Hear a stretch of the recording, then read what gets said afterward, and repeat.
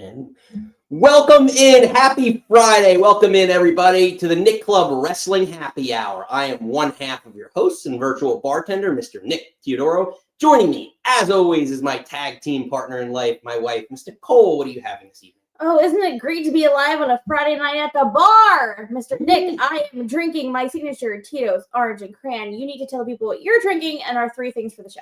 A lot of Big Nick energy from Nicole coming tonight. I love it. Well, I'm drinking my J. Lore 7 Oaks at Cabernet as per usual. Well, Nikki, Penta has debuted on Raw. Lyra Valkyra is the new inaugural women's Intercontinental champion. And Samoa Joe has returned to AEW. It's Friday, January 17th, 2025. This is the Nick Club Wrestling Happy Hour. Wrestling has more than one royal family.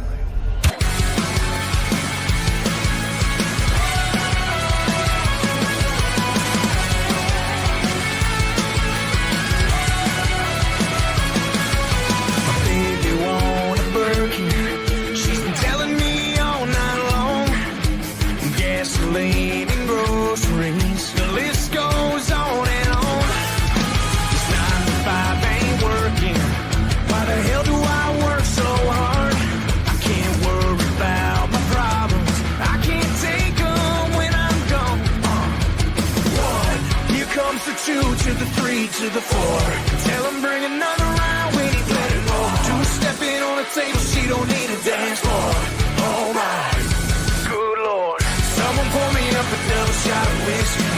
They know me and Jack Daniels got a history. There's a party downtown near Fifth Street. Everybody at the bar getting tipsy. Everybody at the bar getting tipsy. Everybody at the bar getting tipsy. Welcome back, everybody. Happy Friday. If you are new here, welcome in. Hit the old like and subscribe. If you are a regular, we love having you. Nikki, welcome back in. It's been a week since we've been here. It's been a long week, but we're here. We're doing it. We're recapping and reviewing this week in wrestling. But, Nikki, any thoughts before we get to it? No. I will tell you my thoughts. I'm not going to tell you all my secrets yet. Nikki doesn't reveal it like a true professional. No. But we kick it off with our newest segment. The one you know it, you love it. Nikki's News.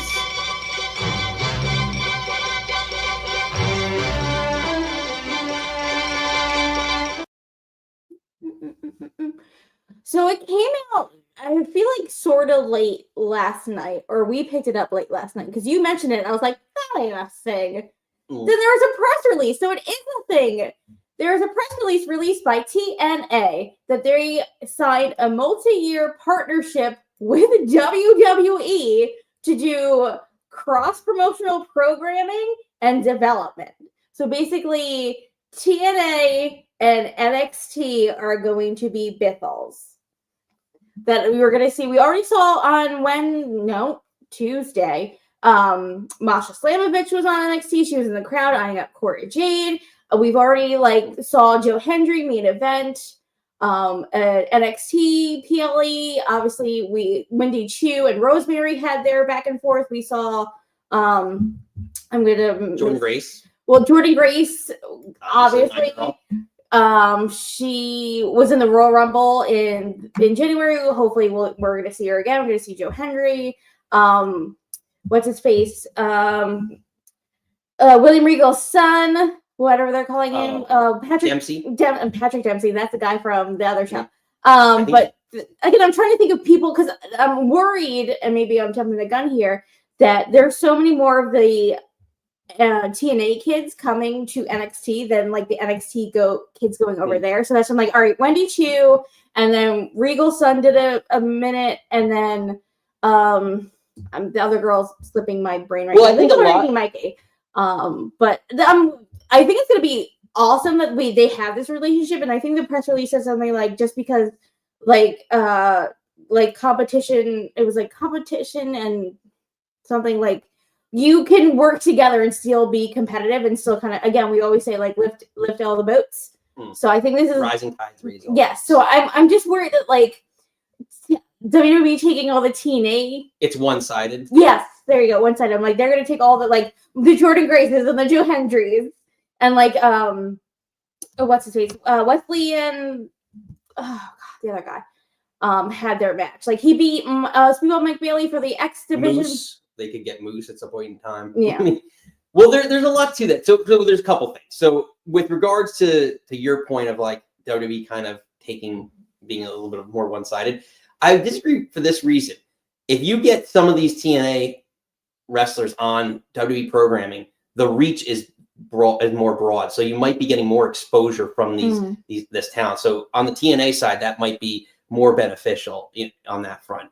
I like the idea of also less used talent on WWE being able to go to TNA and have an opportunity there to at least flourish and have some different feuds and show a little bit more than they're allowed in their 2-hour window on NXT. The other thing is, what's really neat about this is I wonder how much of this was influenced in the last couple of years by the Forbidden Door AEW stuff, right? Like, does this happen? This definitely doesn't happen in the Vince McMahon era. I mean, well, it kind of did to some extent with the NWA stuff way back when, but in the 90s, early 90s. But like, this seems like a Triple H thing where it's like a newer, mindset, mentality, get more people exposure, get more people opportunities, and be more willing to work with these other companies. And I just wonder how much of it has to do with the fact that you have an infinite roster when you AEW in theory could have an infinite roster if you keep branching out to all these other federations. So it just opens up the door, and I think WWE felt the need to kind of do this and give back. And TNA has very much been the ECW of WWE the last 10, 20 years. Like you mean like a feeder system? Yeah, exactly. Well, I guess that's the. So I think the thing is also with obviously the Triple H era, but also so many of the old school TNA kids are all producers at WWE. Like Abyss, you have Bobby Roode, Jeremy Borash is running around. I believe he's still doing the NXT stuff, but like you have so many other people that were so influential in early TNA, like good TNA, that now it's like, all right, well, we can kind of build these connections back up.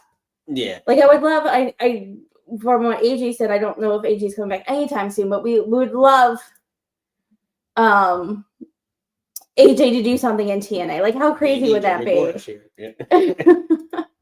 So it's just like, I don't know. I feel like they're finally it's breaking down. And I don't want to give AEW, maybe Tony Khan, all that credit to be like, oh, them and New Japan made a thing. I just think like Triple H is just smart. Like, hey, if we work together, it's only going to be beneficial. Again, I'm just worried. Like they had, back to back, it was Mickie James and there's Jordan Grace. Like I wonder if this year Masha is going to be in the Women's Royal Rumble. And it's again like, unless they're Julia and Oba are going to TNA TV, it doesn't seem like we're getting your champions. Right. Well, but we're not sending any of ours. And that's interesting because I know this is where Monkey was on. Genesis is this weekend. And it's supposed, I believe it's Nick Nemeth. I just want to call him Ziggy, but it's Nick versus Joe Hendry again. And it's like, God damn, are they finally going to put the belt on Joe Hendry and have him come in the Rumble? But then he also, either way, but it also, as much as I think Joe should have been their champion months ago, I'm worried that the ship has kind of sailed. But also, he appears. Believe in Joe Hendry. But like, I'm worried that like, has the ship sailed, but also maybe has it circled back around because now if they're going to do more multi. I was gonna say multi-brand. That's a my term. But like the more cross-pollination of stuff, would it make sense to have it on Joe to go back and forth? But is it more intriguing that would you have Nick Nemeth as champion come in in the Royal Rumble as Nick Nemeth? Because we all like the kids that just watch WWE be like, oh, that's Dolph Ziggler, and be like, oh, he's a world champion in the other place. Would he was world champion here. Should have been longer, but. Well, that begs the question: who do you want to see crossover? Right, we still haven't seen Moose. Maybe AJ Styles goes back to TNA. I think that would be a lovely reunion at some point in time. Let him challenge whoever their next champion is. Is there more talent? Like, now they just brought back. Oh my gosh, Tessa Blanchard. Like with the women's division again, there's just more opportunities. Again, more. Feuds. I don't want to see I know her. You're not a fan, but like again, I'm just thinking off. Unless Chelsea Green is going to squash her in a squash match, that's the only thing I want to see. But again, yeah, who do you want to see? Let us know in the comments below. Who do you want to see crossover now that this is a legitimate thing? Royal Rumble is just 2 weeks away. Well, two weeks and a day away. So only January 32nd, as Steve. I know. I will not say it's February. But yeah, let us know. It says Oba versus Nick. That'd be. This is a good one. Karrion crossover. I think we might get to this in later conversations about stuff. But yeah, they're not doing much. Why not put Karrion back down there? I think Nick would bump like a crazy person for Oba. Karrion Cross would be a great one in like the Final Testament, having them just go over there, AOP in that tag division. Beat up the Hardys. True. Well, I don't know. We shall see. We shall see when that kicks in. I think it starts to kick in around Royal Rumble. It's going to be Royal Rumble. Again, you got to see who's going to, because there's going to be. I'm sure Steven is going to call in and let us know some of his shopping lists. Yeah, no, I think it opens so many opportunities. Again, I just want it to, all the ships, do all the things. But it's also kind of hard because there's so many WWE kids. Obviously, Nick Nemeth, you got Mustafa down there. Just so many that's gone back and forth. Yeah, no, there's a lot. So we shall see. But Nikki, what else do you got for us this week? Oh, I guess we have one brief topic. But apparently, wow, I can go on forever. So apparently, Malachi, they want you, Malachi. Apparently, they don't want Malachi because he's leaving. So all the rumors and all the things are saying that Malachi Black is done with AEW, and there's this debate back and forth that depending on what dirt sheet you want to read, is it actually up? Did Tony Khan extend the option, or he's basically done and he's just not going to be on TV and he's going to wait out his contract? It feels very much kind of like Brody Lee, Luke Harper vibes to me, that it was like, all right, I'm done. I'm just going to sit home because I don't want to do this. And apparently the rumors is that WWE will be like, come back. Obviously his wife's there, Selena Vega. He was slated, sorry to cut you off, but he was slated to win. He was one of the runners up for when Drew won to win the Royal Rumble that year. They said it was going to be him or Drew to dethrone Brock that year. And what could have been. And again, like with all because he got released, if I recall correctly, during the pandemic. Yeah, and then he came back and and then he left again. Right. And then that's when he shows up, attacks Cody Rhodes in AEW, and he has he was one of the first original crossovers from WWE to go to AEW, and had such high hopes. Are you confusing him with Brody Lee right now? Because that's what Brody did. No, Brody did too, but I'm saying one of the first crossovers that I remember, the big name main event guys, were Malachi Black. I remember him very vividly coming in as like from WWE to AEW guy, because he was before Bryan Danielson. But I'm just saying CM Punk and all that. Mox and Brody were before him. Yeah, no, I get it. But it wasn't as, like, I get it, and I know, not to sound disparaging, but, like, he's a bigger name coming in than Brody Lee was. Much bigger on that side. He was going to be better WWE for him to leave. I agree, but I hate for you for saying I know. But the point is, he had such momentum, fanfare. They built the House of Black, which looked like a phenomenal, stable to build a group, to build him around and give him an opportunity title. And I think they won the trios title, and that was it for like a hot second. Yeah, and it was a complete waste. I really had such high hopes for Malachi Black, and I hope that this report is 100% true and that he's fast tracked on his way. which it leads me to be like, I'm a little perturbed by like, oh my God, Buddy Matthews re-signing, because I felt like, not that they're a package deal, but again, his wife Rhea her fiance is in WWE. No, they're married. Oh yeah, they're married now. They're married. He's in WWE. I thought he might go and maybe recreate the House of Black with, Aleister Black, as he would be called in WWE. I don't know. A lot of great opportunities for Malachi, Aleister Black in WWE. Missed opportunities, in my opinion, in AEW for him. I'm worried he's like a Miro case. Like, again, in NXT, Aleister Black was incredible. Brought him up to main. Mixed bag.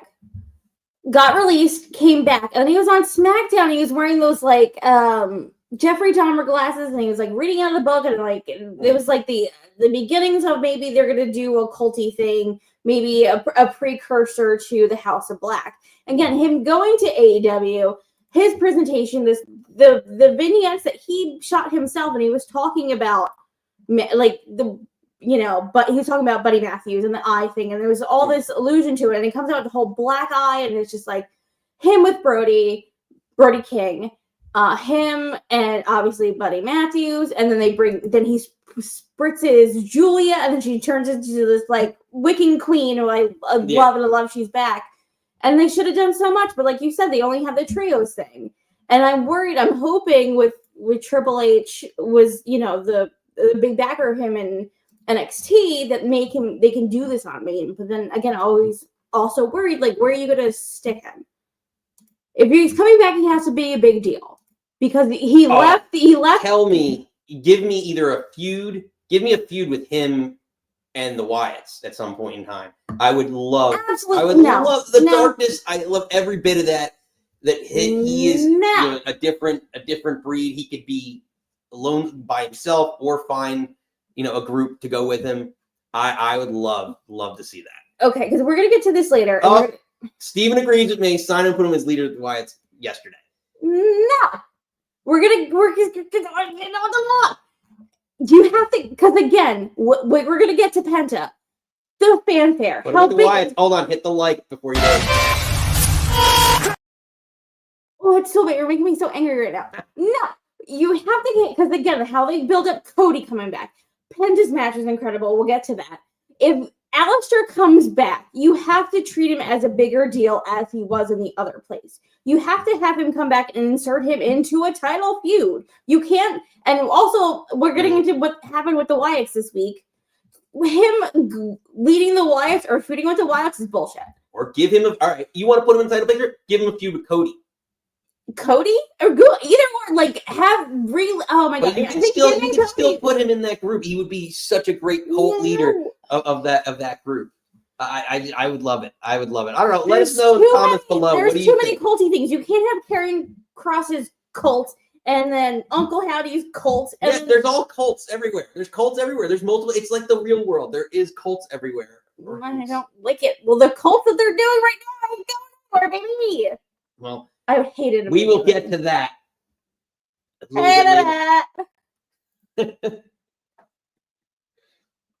He doesn't have adrenaline in his soul. Blue. Touche. Well, again, let us know, where do you think Aleister Black, Malachi Black belongs? Do you want to see him with the Wyatts, leading up the Wyatts, like I and Steven? He's going to join LWO with his wife. Oh, I'm like, how's that any better? Lisa says have him come back and go after the IC title like Sheamus instead of Sheamus. Yeah, him and Braun would be fine. Cults of personality. I see what you did there. Ugh. But yeah, I don't know. We shall see what happens if this story comes to fruition and where Aleister Black, Malachi Black ends up. But only time will tell. So let's put a wrap and a bow on it. Ladies and gentlemen, Nikki's non-kayfabe news for January 17th, 2025.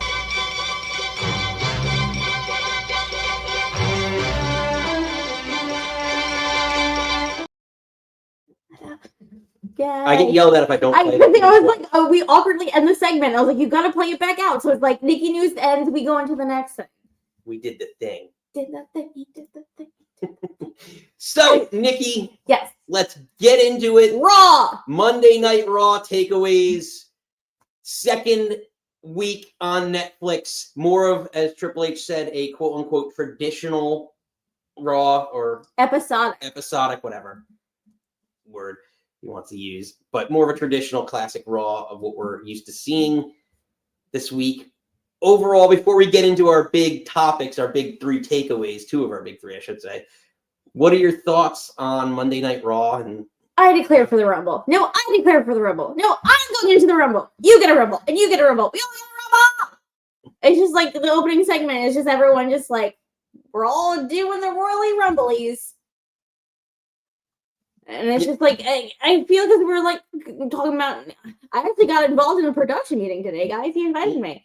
We're kind of just like, we're on this slow burn build to Rumble. And I think once we maybe like the go home shows, obviously, and once the Rumble, then we're, pedal to the metal to Mania. But right now it's just like, all right, well, this is why I'm in the Royal Rumble. And this is why I'm in the Royal Rumble because you're in the Royal Rumble.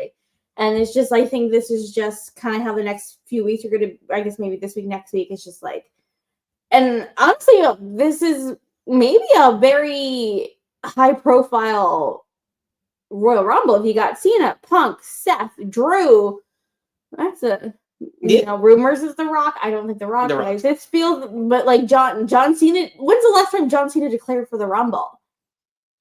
I felt like the last time he was more. So again, that's closer. 5 years ago. Yeah, it's true. But I agree like all the with you people that are kind of just like champions, and I think it's, I don't know. I feel like this is to me, it's a very high profile people opening Raw saying we're joining the Royal Rumble.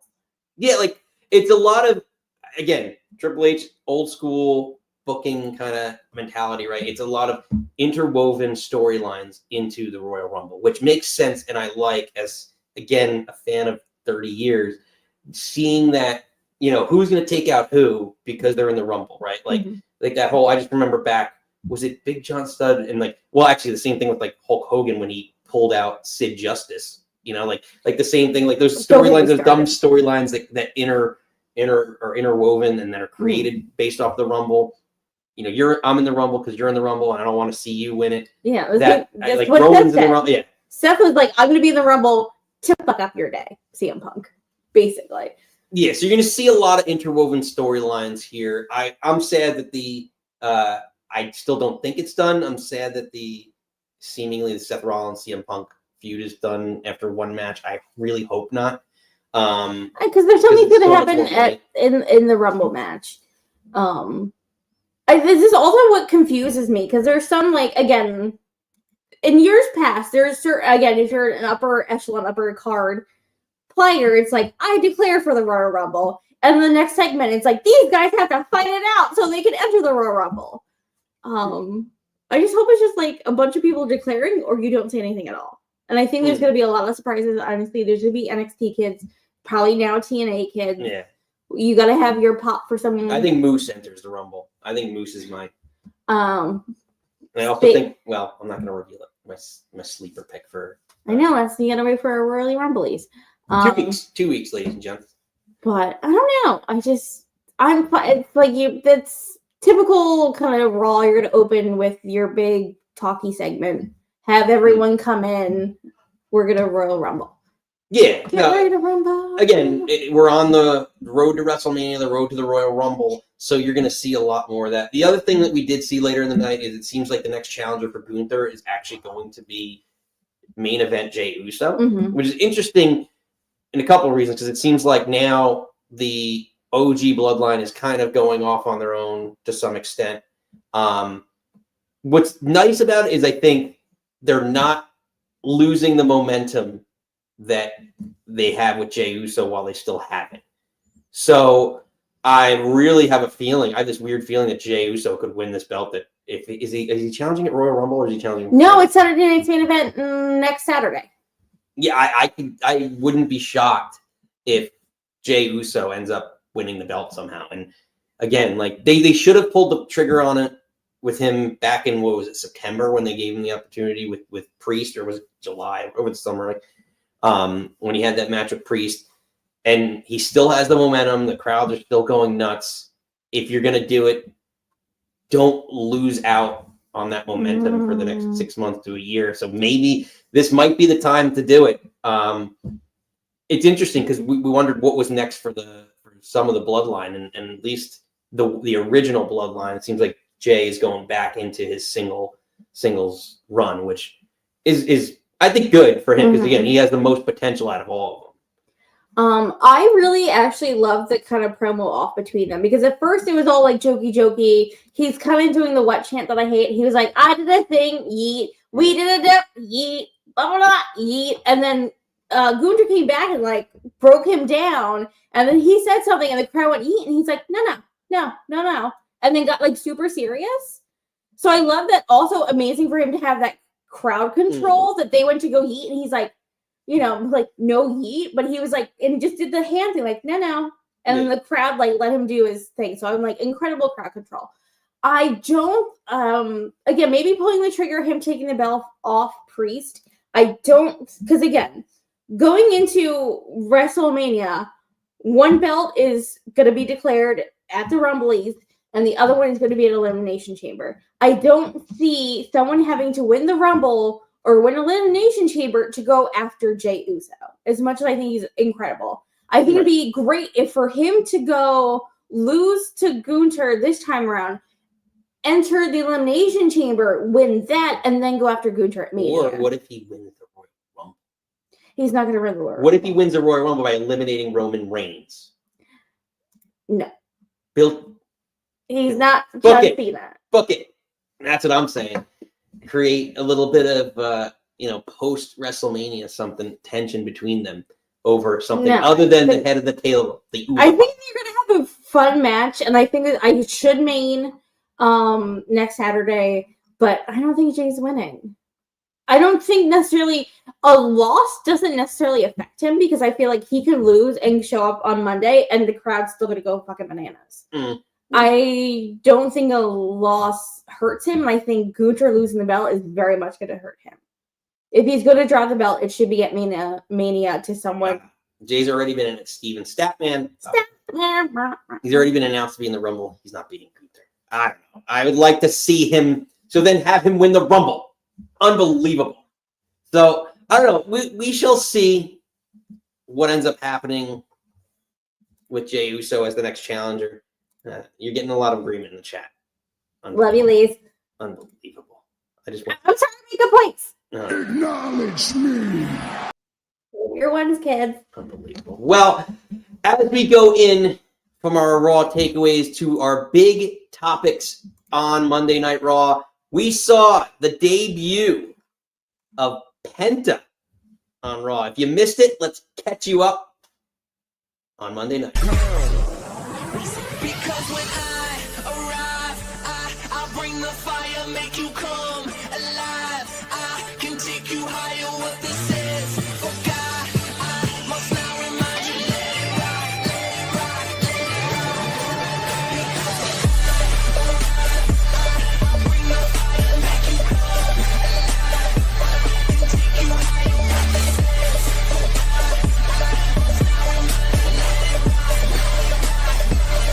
I must now remind you, let it rock, let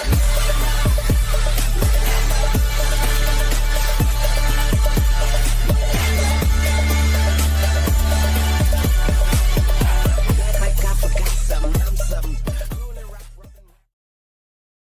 rock. Penta debuts on Raw. Nikki, what did you think? I Penta's WWE loved it.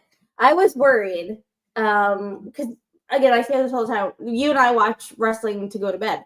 And for whatever we were watching, Alberto Del Rio music hit. And it was just so, like, I don't know, like, it's kind of stereotypical, like, that culture. And I was like, I want him to come into, like, something badass. A little more rock, a little more, like, hard. And all the lights go out. And then, again, of course, it's, like, Zero Miro. Like, all their entrances has a catchphrase or their name. So I was like, okay. The music hit. And I was like, okay. Like, it wasn't, and like, we're, hitting pinatas or whatever. Like it just was like a little harder hitting. The music out. He did his walk out. And I was like, this is everything I want.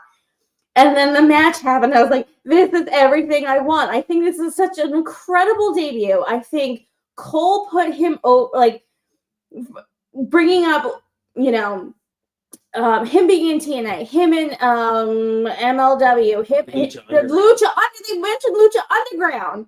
And it's just like, I didn't like, he was like, oh, everyone says Rey Mysterio is the best luchador, but this is a close second.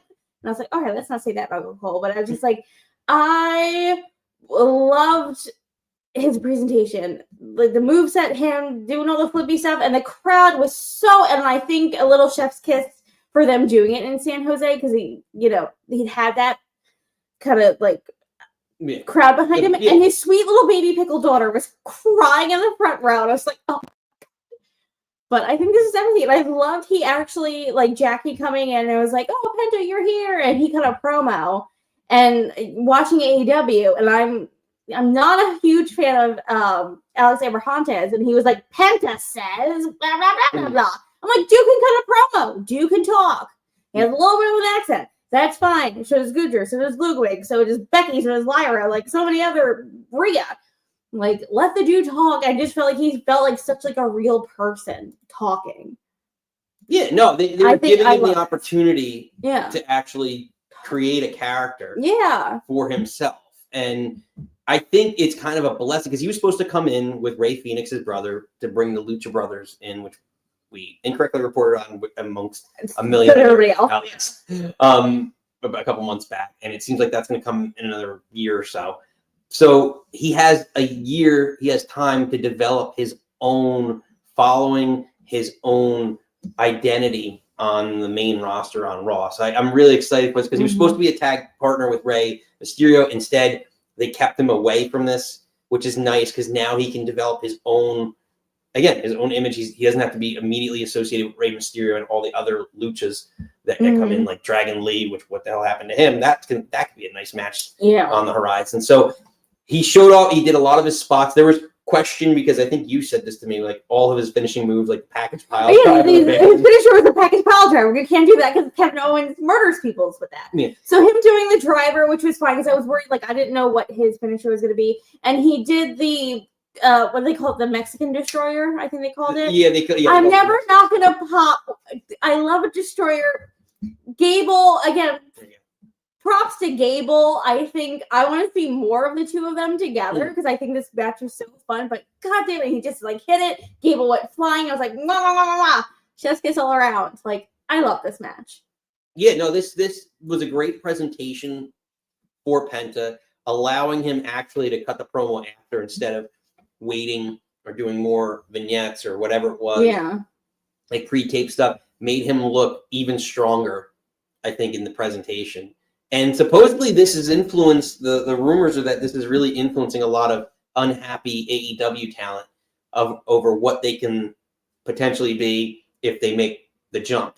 And, you saw what, Cody is one story, because Cody's just Cody. And as I was watching, we were watching, some of his stuff last night. I thought he could have been a main eventer years ago.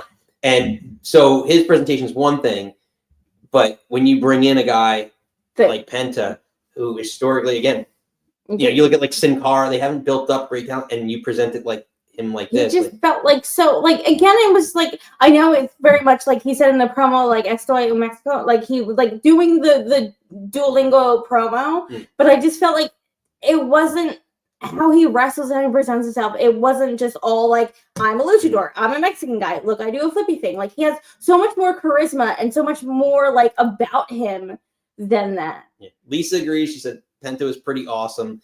Ed, we know Ed's a big fan of Penta. He was presented like he was in Lucha Underground. I know, and oh my god, I don't know if you want to talk about this, but so many, because they hit, like, he had a match with Chelsea Green in Lucha.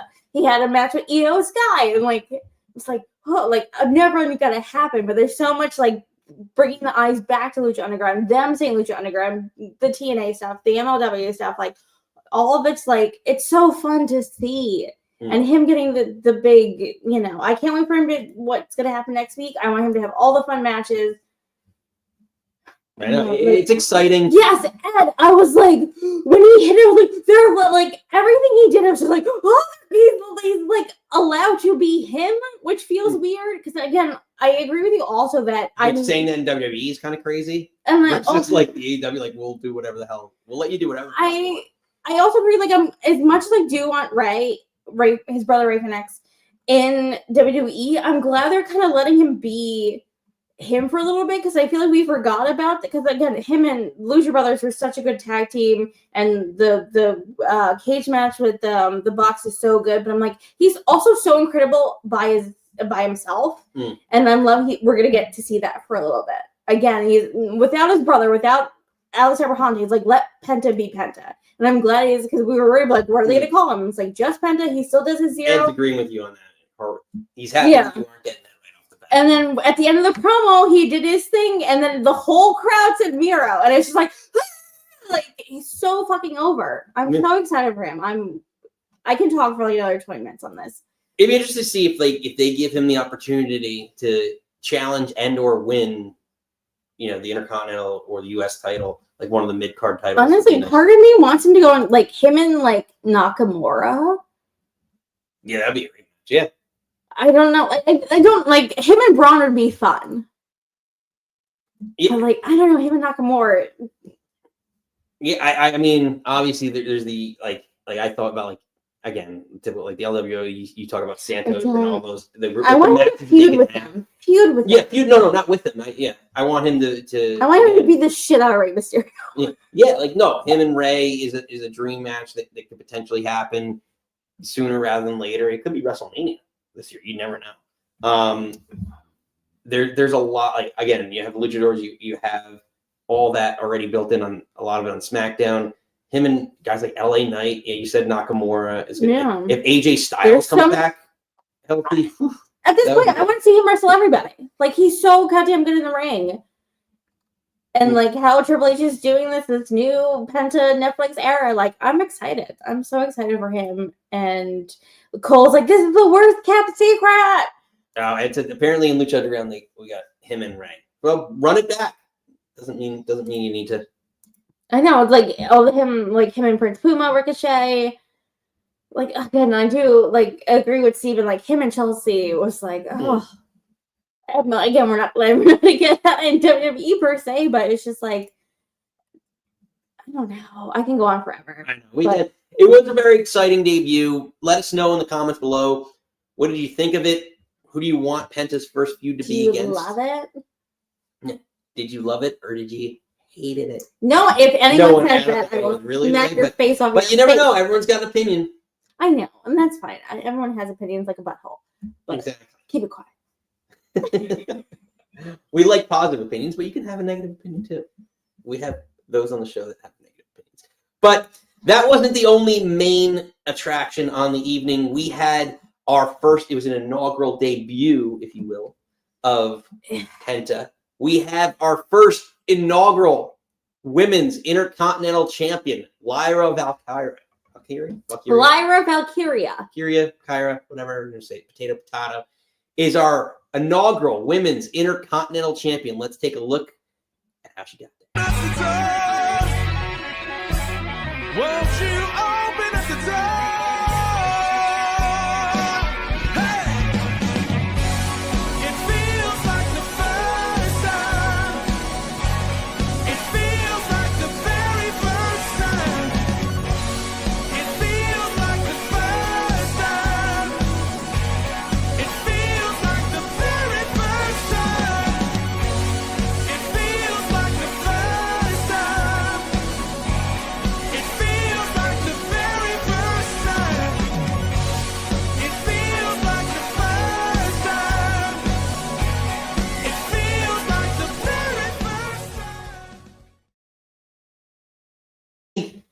Lyra is your women's Intercontinental champion.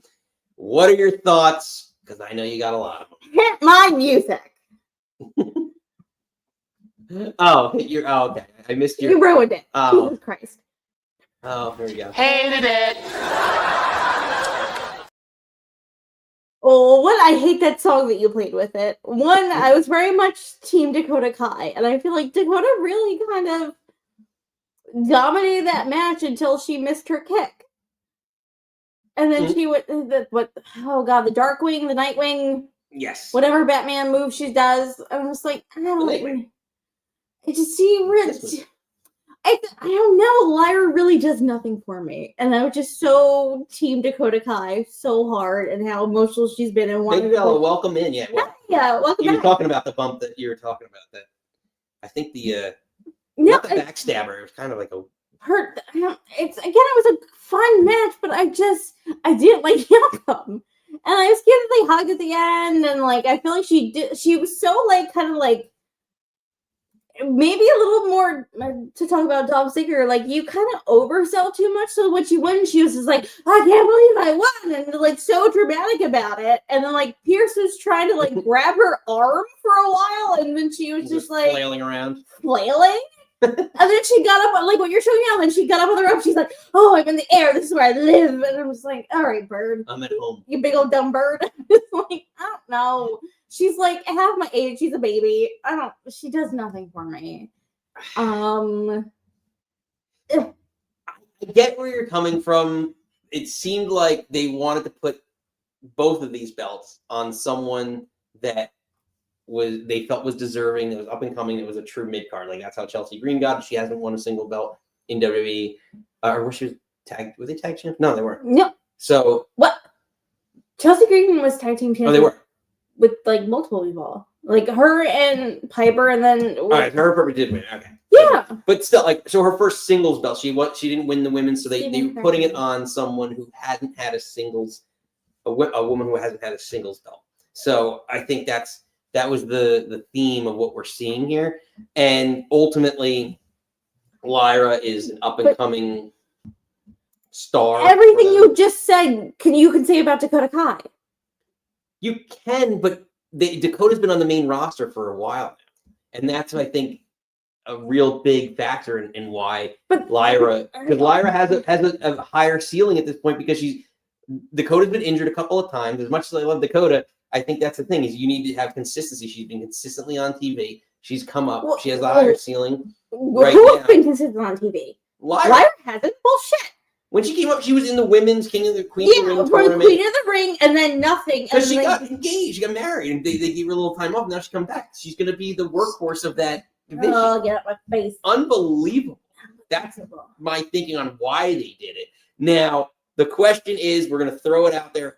Who should have been the inaugural champion? Because I'll throw it up here. It's a lot. I'll just read off some of the names because it's easier. Dakota. All right, you said Dakota. Dakota. So it was Dakota, Shayna, Katana Chance, Zoe Stark, Raquel Rodriguez, Kaden Carter, Lyra, Zelina Vega, Ivy Nile, Alba Fire, Kairi Sane, and Natalya. Kairi eventually got replaced by Io Sky. So out of that whole field on Raw, who would you pick? Lisa put in the chat, Selena. I love Zelina Vega. Apparently she did get injured, and I don't know if that's why she lost the match. Again, more things for Selena always. But honestly, part of me was like, in my brain, if they're not going to give it to Dakota Kai, which for me, up-and-comer, I think Lyra's a little too young, a little baby pickle bird. She's got time. I feel like Dakota's been like crying on Twitch that she wants a push and wants people to show people what she can do. And again, with the injuries, you can't help you when your knee falls apart. But then also, then it should, to me, then put it on Natty. Also, your workhorse has trained all your women. So there's a couple. The one thing. So Lisa makes a great point. They built up Lyra more. Oh, I know it. Steven kind of echoes a little bit of that. He said Dakota's a supporting player in a faction. Lyra is not. Agreed. That's a big factor in this. Steven, I hate that you're right. And then again, yeah, and Steven kind of agrees he would have given it to Natalya out of the original field as a thing. Yeah. Which is crazy because we were watching one of the, I guess, Hell in a Cells or something from like 5 or 6 years ago, and Natalya is like the veteran with Beth Phoenix, like a young-ish Beth Phoenix, I guess. I don't know how many years, and like it was that when they were the Divas title, they were like remodeling it and bringing women's wrestling back or whatever it was. It's crazy. Like she's been a veteran for so long, and she's been just steady. That I tend to agree, Steve. I think out of this field, I would pick Natalya as the one who made the most sense. I know if we want to go down this rabbit hole a little bit, but like about like the Divas Evolution Revolution is very much like the Bella Twins doing the hashtags when they got cut from Mania, and obviously the 4 Horsewomen coming out from NXT. Like, is Natty really kind of the unsung hero of like women's wrestling? Because again, Raised in the Dungeon, like, is training all your new girls. Has the most matches, most wins, all the hell of a hand. I know, and then I feel bad. It's just like she's a good hand, and it's like, oh, that's like part of me kind of wanted her to have the IC belt. Like, I know in 2016, 2017, she got the SmackDown belt. It was like her and Naomi, and neither of them could. And I think that's the thing that kind of fucks Natty, because she can't kind of promo to save her life. Like, I can watch her wrestle all day, and she's beautiful and all the other stuff, but I'm like, I don't want to. No one wants to hear you talk. But I think, I don't know. I think she's very much an unsung hero. Yeah. In this Evolution Revolution. Well, that's what Ed's saying. Ed's agreeing. Yeah. She's the unsung hero. Yeah. So, I don't know. Oh, Stevenson's comment. Yes. Brody Jr. was at Natty and TJ have a wrestling school, and he was in the ring with Natty. Like, everyone's talking about, like, when Brody like turns 18 and can wrestle, like, Brody's gonna be in it. And I very much love that for that. Actually, today's his birthday. Happy birthday, Brody Jr. But yeah, like, so many people go through her and TJ's school, and just like, maybe that's would have been a nice thing. I don't know. Maybe she just is not working as crazy a schedule, and they want someone who's going to work that type of a workhorse schedule. Because again, the Intercontinental title, the mid-card titles are generally the workhorse titles. No, I guess I have to see it, because honestly, even as much as I love Dakota Kai, I don't know if either of them are workhorses at this point. So now she has the belt. Like, she's got to prove to me. I want to sit here in like 3 months and be like, babe, I was wrong. Guys, my regulars, I was wrong. Lyra's fucking killing it. Well, we'll see. We shall see, because we're going to hold you to that. But let us know in the comments, what did you think about this segment? Did you like Lyra as the Women's Intercontinental Champion? Are you okay with it? Did you want someone else, Natalya, or someone that was in the field? Maybe Aew could have won it. Maybe we have some Zoe Stark fans. Yeah. Or maybe Ivy Nile could have won it. I know. I wouldn't have won it. Megan loves her. Yeah. Unbelievable. So we move along from Monday Night Raw. Nikki, we take it into, because now everything, we're crossing over just like WWE and TNA, to Dynamite, Maximum Carnage. Because now everything gets a name. I know, everything. Okay, I can't go down this rabbit hole. Every single one of their Wednesday nights has a special name. So before we get to our main takeaway of the evening, what were your thoughts on AEW Dynamite Maximum Carnage? Oh, that's a Lily Tamardi impression you're trying to do. It seems like you'd say it like War games! War games! They wish. They had him for a hot second. He's like, Triple H is back, baby! So obviously, I love that they did have their first women's Battle Royal Casino Gauntlet Crunchwrap Supreme thing. I loved it is a great concept. Sorry, we talked about it last week. I really I feel like it's an innovative, like, new kind of concept. It's like a backwards kind of Gauntlet Rumble, but like, you never know. I don't know. And then Megan Bain, who was like a big indie, I thought she was when she came out, the whole big thing. Megan Bain looked beautiful. I'm glad that giving the women kind of a longer spot, because you know we should on Tony Khan about that. But of course, we all fucking knew Tony's winning it. They're going to Australia. Rookie of the Year. Rookie of the flipping year. So it's going to be Mariah versus, NXT Tony Storm for the belt. I hope her, and that's what I think, is we were like, because she did the thing, like, it's Tony Storm playing Timeless Tony Storm playing Tony Storm. So I want her to go to Australia, then like being back home. Like, it's like Inception. It's like double Inception and like a face off and something happening. But again, like Tony's not going to lose in Australia.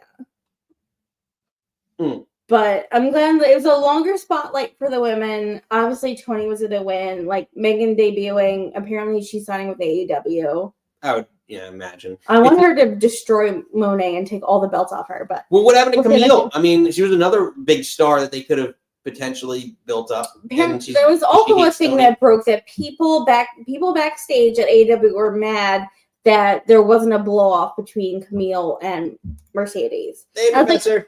Hey, Herman. And it's like, what? Who backstage? And why are you upset? And why you couldn't be like, Tony, let's just have a little matchy match. I know. Steven has to get one in. It says maximum carnage, minimal rating. And then because we talked about them being at a smaller venue, and they were at a smaller venue, and it was like, oh, this feels real small and real weird.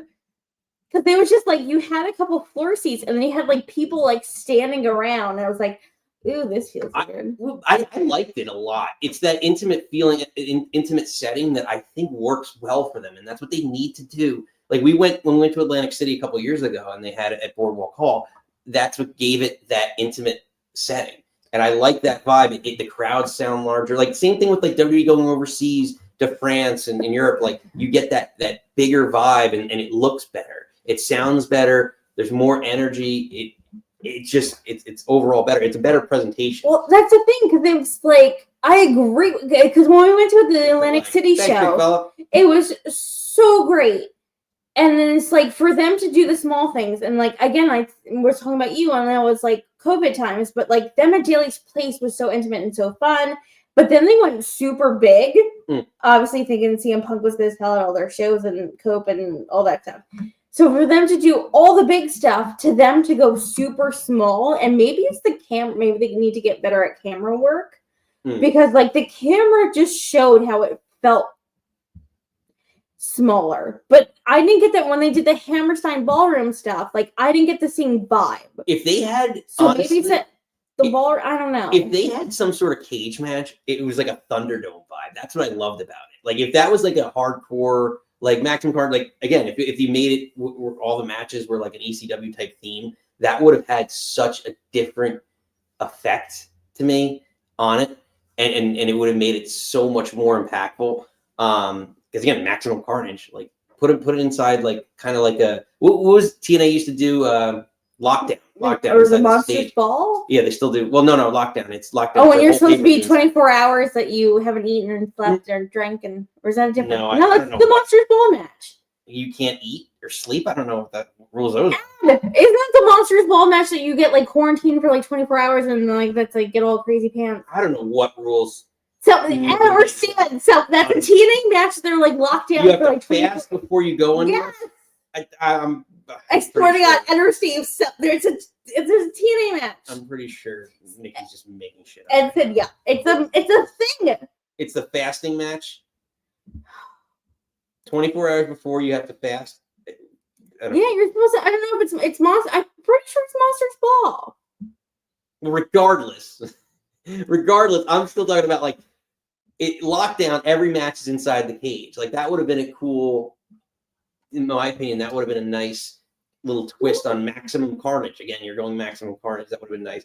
The other thing is just like my takeaways from this is we're building towards the dream team of Omega and Ospreay, right? Like we know Tony wants to get his dream matches in, and we're eventually, I think, going to build towards another Ospreay Omega match somehow from this, I think. And it's just wrong. Like here's why. I'm a huge Will Ospreay fan. You watch the show, I'm a huge Will Ospreay fan. I think he's a top 10 wrestler in the world. I think he's being presented terribly in AEW. And here's the thing.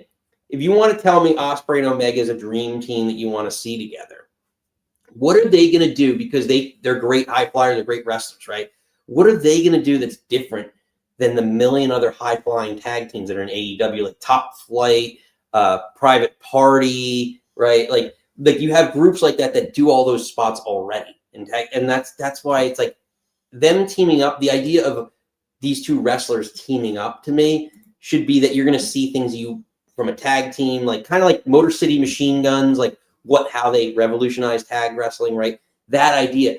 In AEW, everyone does a billion high-flying moves, and which was the issue with Ricochet, right? He expected him to be such a big star, but he's just like everyone else who does a million high-flying moves there. And now he's developing his character, which is helping him. That's what I worry about, is it's just going to be a wasted thing because he's trying to get a quick buck out of, hey, you got this dream team tag team, which is a worthless build.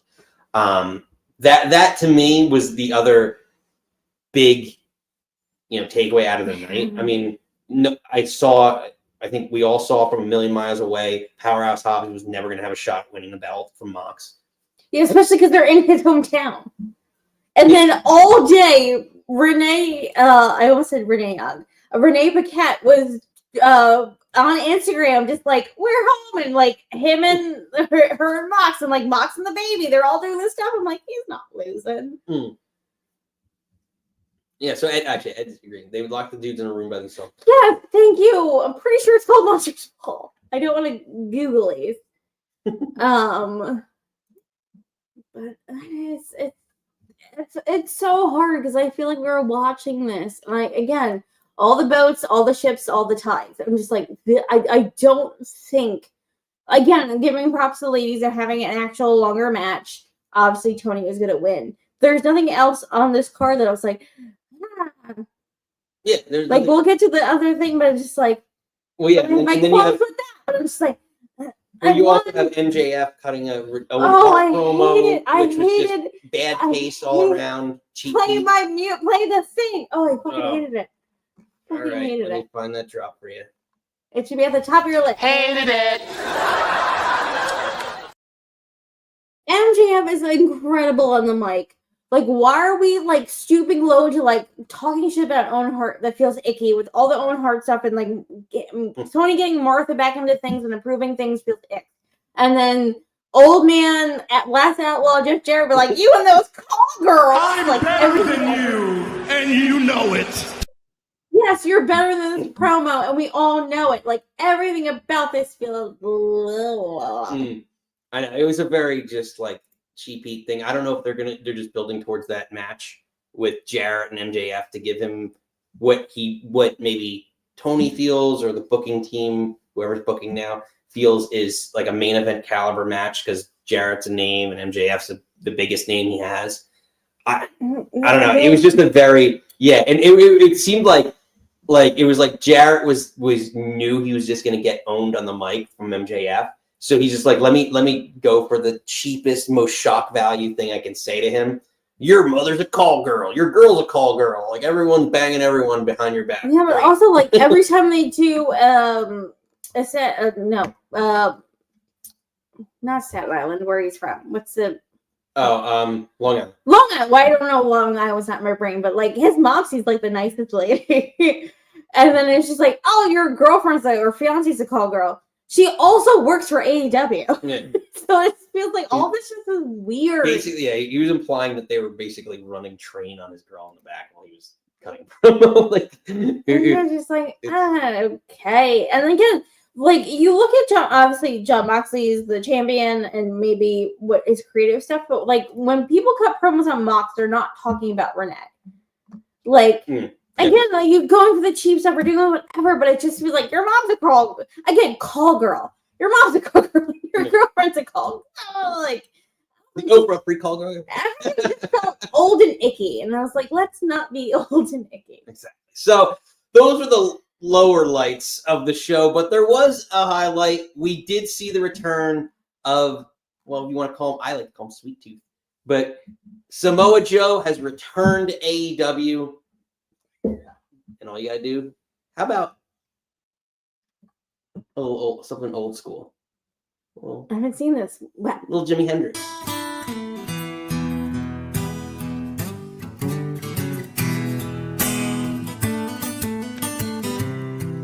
Hey Joe, where you going with that gun in your hand?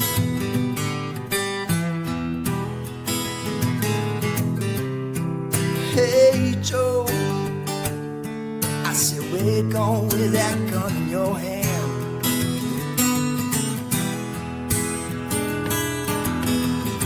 I'm going down to shoot my old lady. You know I gotta mess around with another man.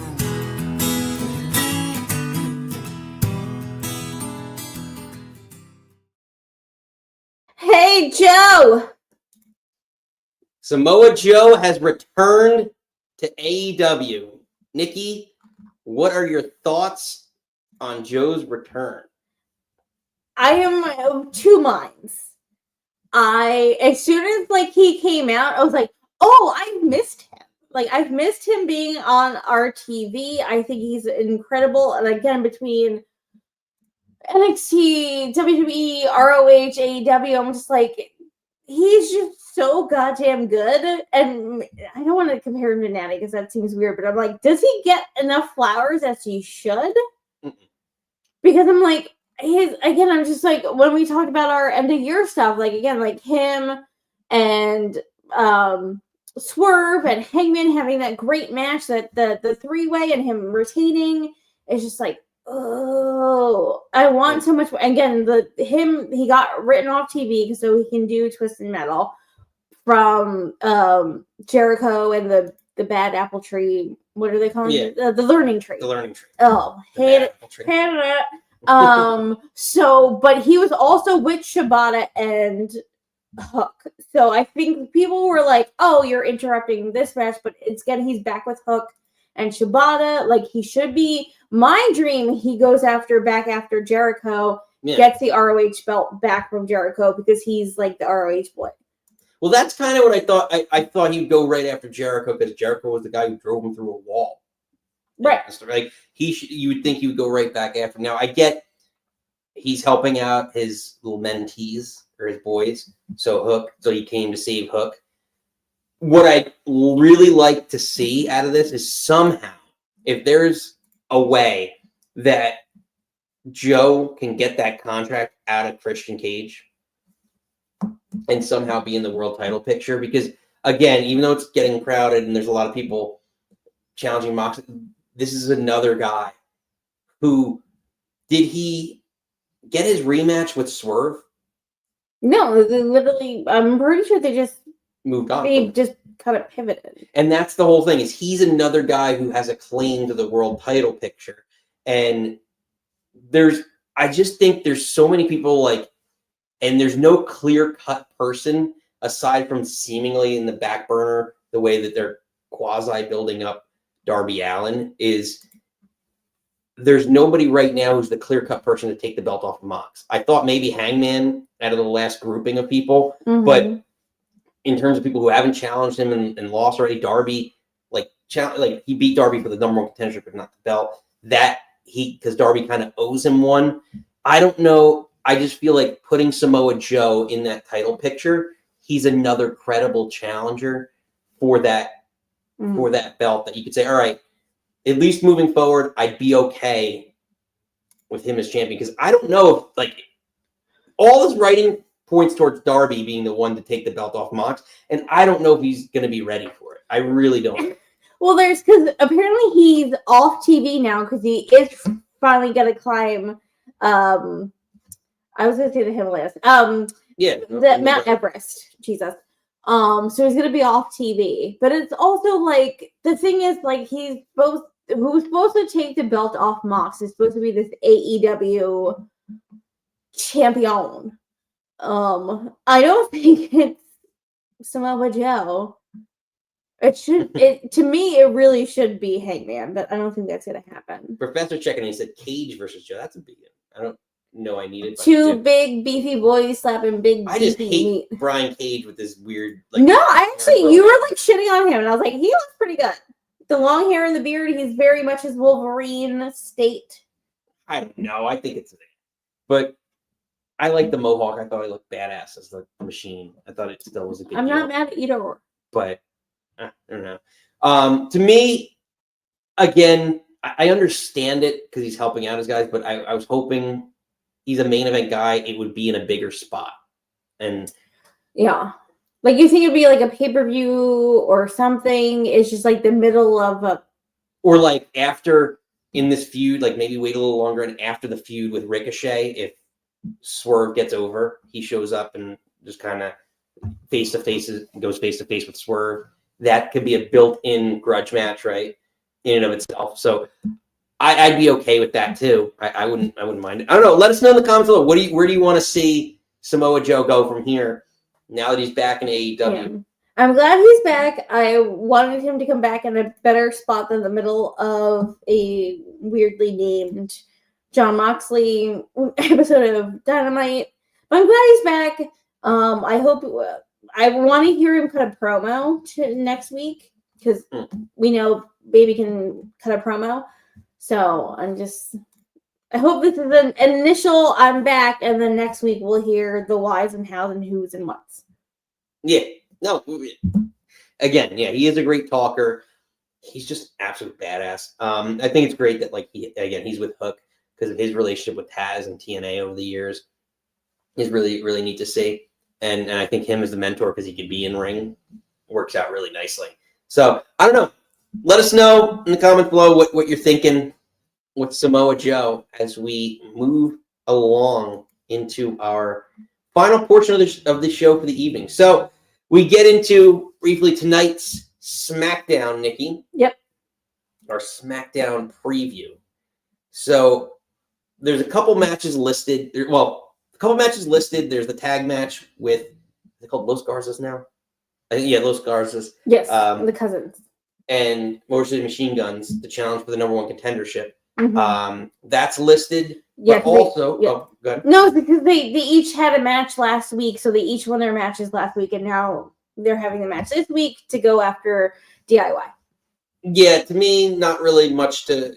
I don't know if they keep MCMG away for another couple weeks and push it off till maybe that can be a WrestleMania match, DIY versus MCMG, with a little bit of a feud behind it. I'm not sure. That should. Yeah, it should. Could be. We'll see. But the other match that's listed is Tiffy Time. Whoops, wrong. Tiffy Time is defending her first title defense as champion. So what are your expectations for Tiffy Bayley? Winner, chicken dinner. She's retaining. The rumors is that Bayley is going to Raw. I think Bayley can do kind of her wonders of basically putting her over. I think Bayley's going to lose this match. She'll go to Raw. And then Tiffy can have that on her belt next week. She'd be like, I beat Bayley and I kicked her off to Raw and I'm the champions.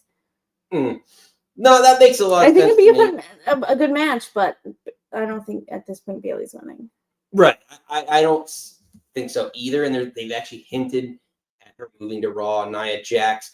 We didn't touch upon it because Nia Jax, after the cash-in last Friday, lost a fatal 4-way, which is unfair to the former champion in general to put her in a fatal 4-way, but I won't get into that too much detail, where Bayley won. So Nia Jax showed up on Raw to seemingly challenge Rhea Ripley at some point in time. So my thinking is, and this kind of is a nice little segue, is, again, I agree with you that Bayley is not winning this belt. She's a good challenger. It's a nice match. I think it's a good match to put over Tiffy. To get her established as a champion against an established challenger. Mm-hmm.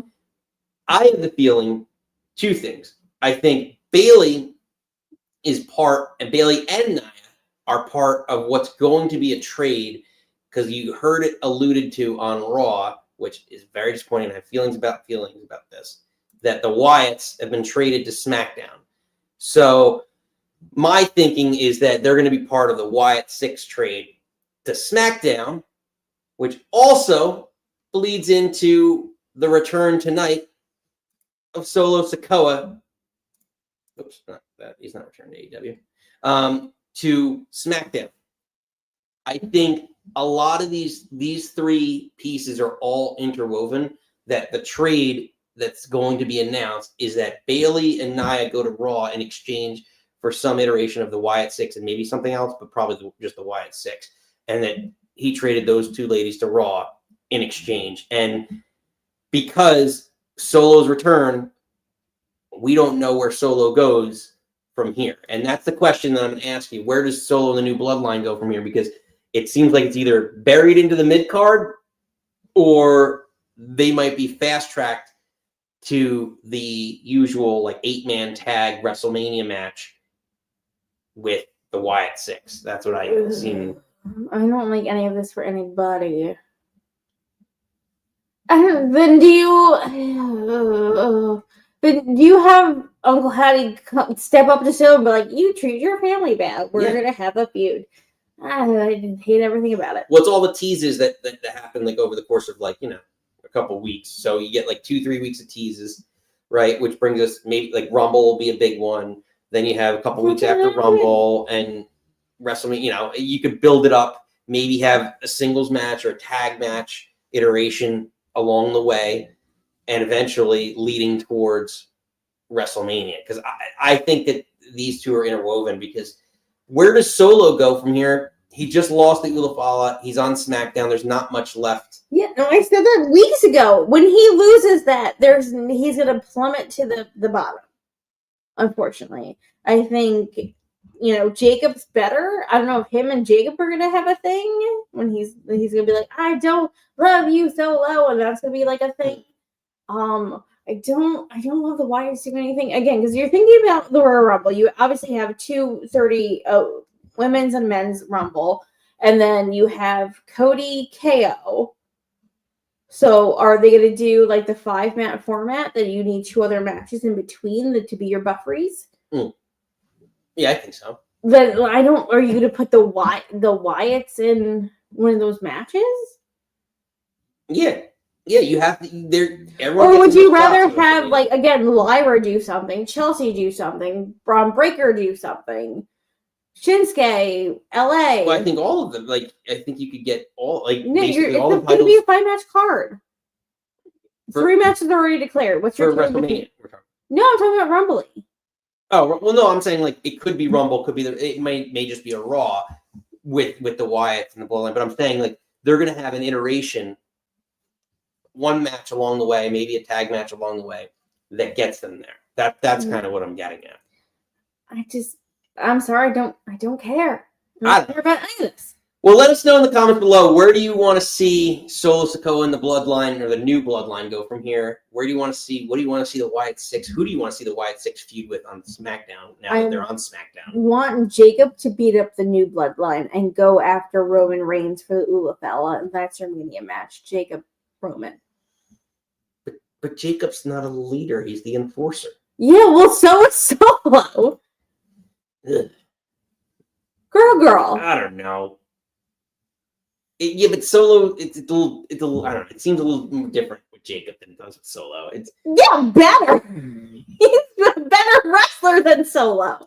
He is, but I don't think that would be his. I don't know. It doesn't seem like a Jacob Fatu intention to be the head of the table. No. Oh my God. So if they're thinking it's going to be Cena, Cody, and then either Seth, Punk, Gunther.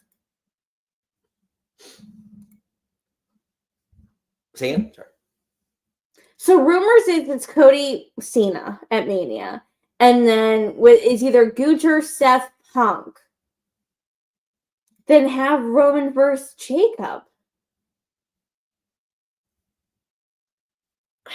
Yeah, Roman Jacob I could be okay with. You're like, you look I at me think like sorry. Well, for the Ulafala though, I don't know. I don't want him doing for the Ulafala. Not for the Ulafala. This has to be on the thing. Stop fighting over jewelry. But, I don't care about your necklace or your bracelet or your things.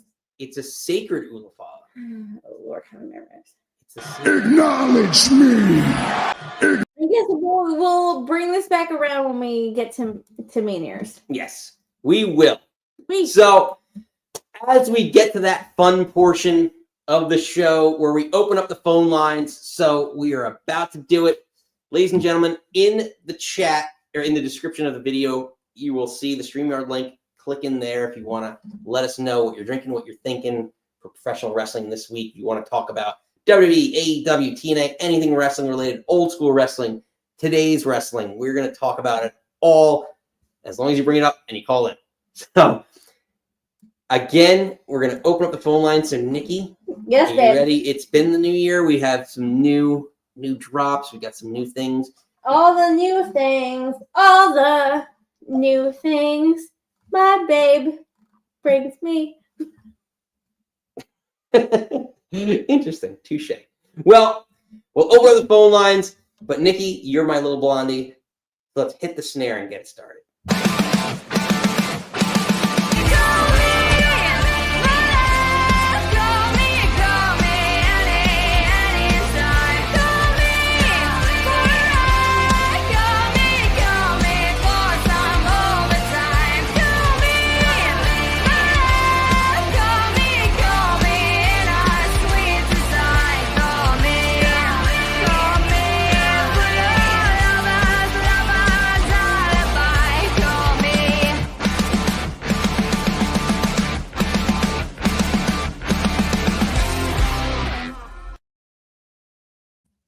Call right, me. Nikki. Call Nick. We got a few regulars on the line. Are you ready? Always. I said, That's a good drop that I really haven't. you have him cutting a promo and everyone was safe tonight, but you don't have his original I know. What a shame.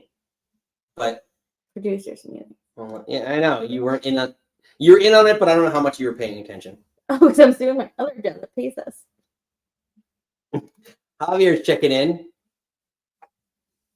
He only wants Roman versus The Rock, and he wants the jewelry. Oh, you can have a shit belt too. Take it all. Oh, Fair enough. if you're really into costume jewelry, babe, take it. To each their own. All right, Nikki. Yes. We've got 3 on the line right now. Lines are open. Make sure you call in. Huh? But let's start it with a regular. Say his name and he appears. I believe in Steven. All right. Let's get it.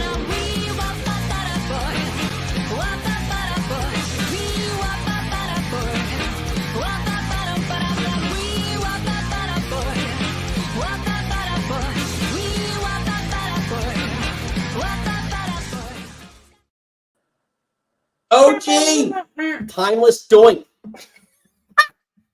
Yes. Good evening, everybody. Happy Martin Luther King weekend. Yeah. Oh, yeah, that's right. We have off on Monday. That's nice. We do, thank God. I love this crossover deal that they have. It's going to be great for TNA because now NXT is on network television. Mm-hmm. CW, but still, that's still network television. And TNA Weekly is on, Access TV, which, if you dig long enough, you can find it somewhere. I mean, that is not a lot of exposure. And hopefully it would lead to TNA getting a better deal somewhere. Mm-hmm. A better TV deal on just somewhere, anywhere. I mean, the CW was ready to put on Corgan's NWA at one point. So, yeah. Plus the matches that this opens up to now that they've said they're going to do unprecedented interactions between TNA and NXT. Like, oh my Lord, the Hardys versus Fraxium. Yeah. I mean, Hammerstone versus Obafemi, Moose versus Obafemi. Yeah, Moose for versus- Femi. I think Hammerstone's injured right now. Okay, well, Getting down the line, but Moose versus Oba, I'm here for.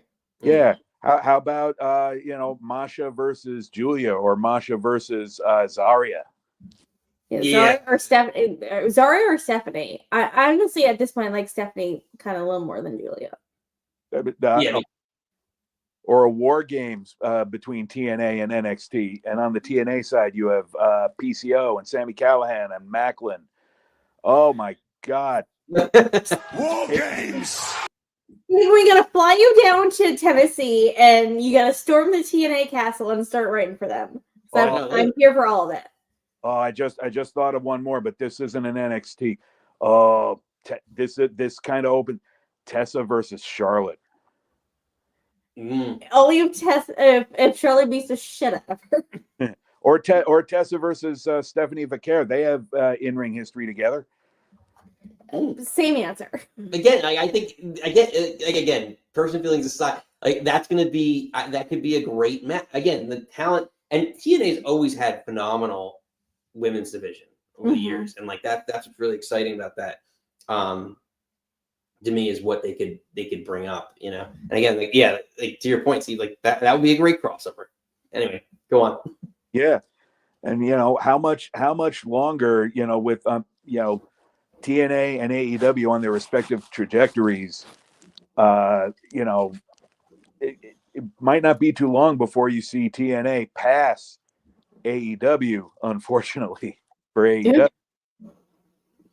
But well, that's the thing. The thing about TNA that I like especially is that they're closer to WWE in the sense that the storytelling. They always put in a lot of the storytelling into what they're doing, and like you may not have the best wrestlers all the time, but there always is some element of storytelling and backstory into every one of their feuds. That's what I think is so much missing in AEW. They have better wrestlers, yes, but the storytelling and the investment in the match and why I want to watch the match is not there. Mm-hmm. Well, and now they can really start getting serious about it. And maybe you can have one side win belts from the other side at some just for a little while, but I think the starting point is Hendry in the Rumble. Yeah.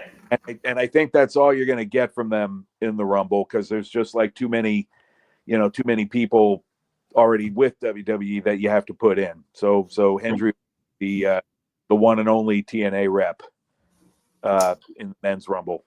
I can see that. You don't see Ziggy? No. How would they introduce him anyway? And that's really why I want to see him. Like, is he going to come out as Nick Nemeth? We used to call him Dolphy. Like, I don't. It diminishes. Here's why I tend to agree with Steven on this. Yeah. It diminishes his value because the audience in WWE knows him as Dolph Ziggler.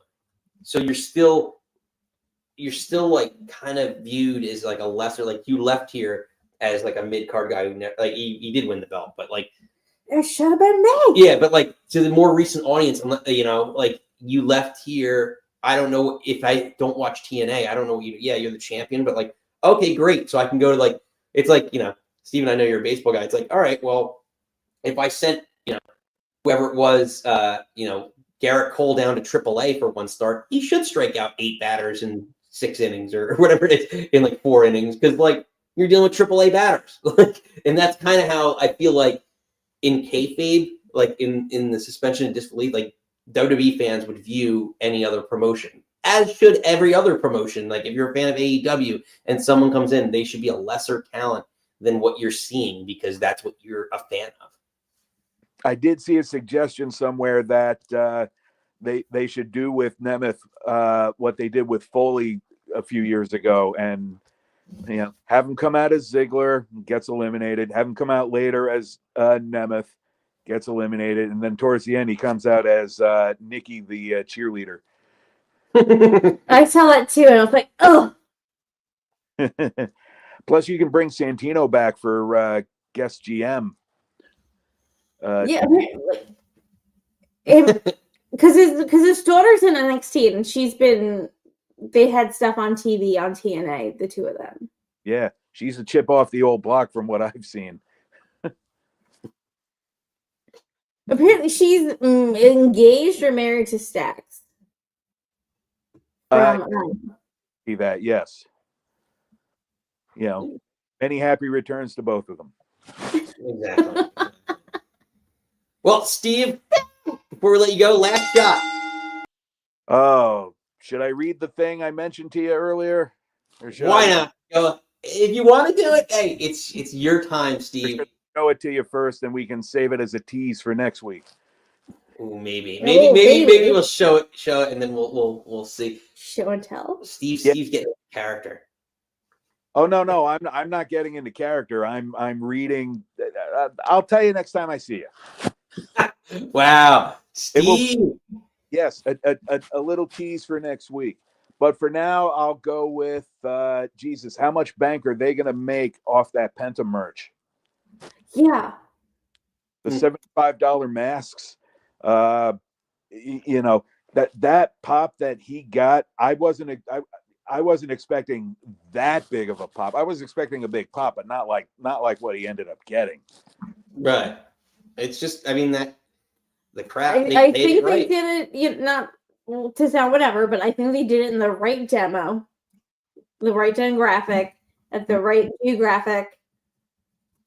Because again, he did his last Zero Miro, and everyone yelled Miro. Like, and from what I understand, it's caused, the debut has caused a little bit of discord this week in the AEW locker room, because they're looking at that. You know, he went to the term I used, the shop across the street. And now they're all like, well, this happened with Cody. This happened with Penta. This happened again with Punk. You know, why did I do that? And probably among the people who are thinking this are Miro and the other people who Tony's basically paying to stay home. yeah. Exactly. And you know, someone's trash is another person's treasure. And that's exactly what we're seeing. Yeah. But it's great to see the arm breaking, quote unquote, and the cradle pile driver. It's like that's the guy. And then, well, it'll just make he and his brother more over when Ray can finally join him. Whenever that day comes. Exactly. Well put, Steve. You, sir, as a regular, are cut off. Well done, Steve. I'm a little worried because we have Rey Mysterio and we have Rey Fenix. I know it's different spellings, but I don't know if it's like there could only be one Rey. I don't think it'd be that. I don't think it'd be like that. I don't think there's only one Rey. I just think it's just You think it's weird about Vince was weird about names. Man, I know Vince was weird, but Triple H isn't. But as usual, just another solid call from a regular Steve. He's a real ring-a-ding-dong dandy. Thanks, guys.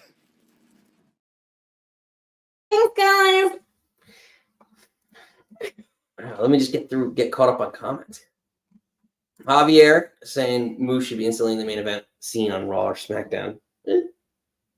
He could be. I think Triple H they would build him up. It's the usual. You have to go through, pay your dues, so to speak. But Nikki, we have another regular, OG regular on the line. OG. Let's get her in here. Let's see if she's ready. Bring her in. Lisa the writer. Lisa! What up, guys? Good. How you doing? Good. How are you? Good. I prepared this time. I wrote notes. I love it. Give me all of it. I want all your things. All of it. That way I'm not rumbling, bambling like a idiot on here. So I kind of want to steer off course a little bit. The one thing that I noticed on Raw, which I said was boring in my comments earlier, and I'll get to that in a minute, but the one thing that kind of creeped me out on Raw was when Dom gave Liv the roses. It was spitting image of Eddie, and I kind of freaked out. I was like, "Is that Eddie?" And I'm like, "No, wait, that's not Eddie. That's Dom." It creeped me the hell out. It is weird that he just grows his hair out and how he looks like Eddie. And then for them to she was like, "Car, take this," and they threw it to Carlito, and he was like, "Oh." So actually, as you mentioned that, I saw something on social media somewhere, probably Facebook, in the million groups that I'm in. But apparently, on Facebook, Eddie Guerrero's actual daughter, his daughter, is now said that she has the passion. I don't know if she's old enough. It's his youngest. His youngest said that the youngest. She wants to follow in his footsteps. Nice. because the older one, Saul, was in NXT for like early NXT for a hot second. She's married to Aiden English, Matt Reinhold. No, Reinhold. Matt Reinhold? Yeah, he's the commentator in NXT. Rusev Day. Yeah, that guy. They're married. Aiden English. Yes, that's what I said. She said that. Boy does not listen for shit. Anyway, I digress. Lisa. Keep going, babe. Yeah. So yeah, I was a little disappointed with Raw only because the way it started with Punk coming out and then Seth coming out and Drew coming out and the talking. I'm like, I'm done. Like, give me matches. I need fights. I need action. I am so done with the talking. It bored the hell out of me after a while. And I mean, you got 3 guys who know how to talk in the mic. It's not that. It's just, I don't want Raw, especially after Raw last week, how amazing that was, to now start it with that. I was like, all right. Back to the same old shit, different day. Like, come on. Over like, I'm going to be in the Rumble. I'm going to be in the Rumble. It's like, great. We all don't need to hold hands in the ring and say we're going to be in the Royal Rumble. Like, I'm ready. And I'm glad they cut into Ray and Gable and Penta and let that played out. So I don't know if they're what's interesting is that they're not, sorry to cut you off, but like they're not like beholden to time. So like it's not like they have a window of a 3-hour window to fill. They could go 2 hours, 2 hours, 5 minutes, whatever they want to do. So like that aspect of it, it's like you could book it however he wants. It's the possibilities are endless. The world is your oyster, Triple H. Exactly. Don't start with freaking talking. Start with match. Get us excited. And Penta, holy crap. That Mexican Destroyer. I saw that and my mouth just dropped to the floor. It was gorgeous. There you go, Lise. Just for I'm never not gonna pop for that. It was gorgeous. I was so happy with that. And I'm like, I'm thinking Canadian Destroyer, but I'm like, he's not Canadian. So what are we gonna call this? Oh, Mexican Destroyer. Okay, we'll go with it. It works. I have to say, oh gosh, of course my husband calls me. Him. Oh no! Hold on. We'll pull her out for a second. Then I could, Love isn't always on time. Hold the line. Love isn't always on time.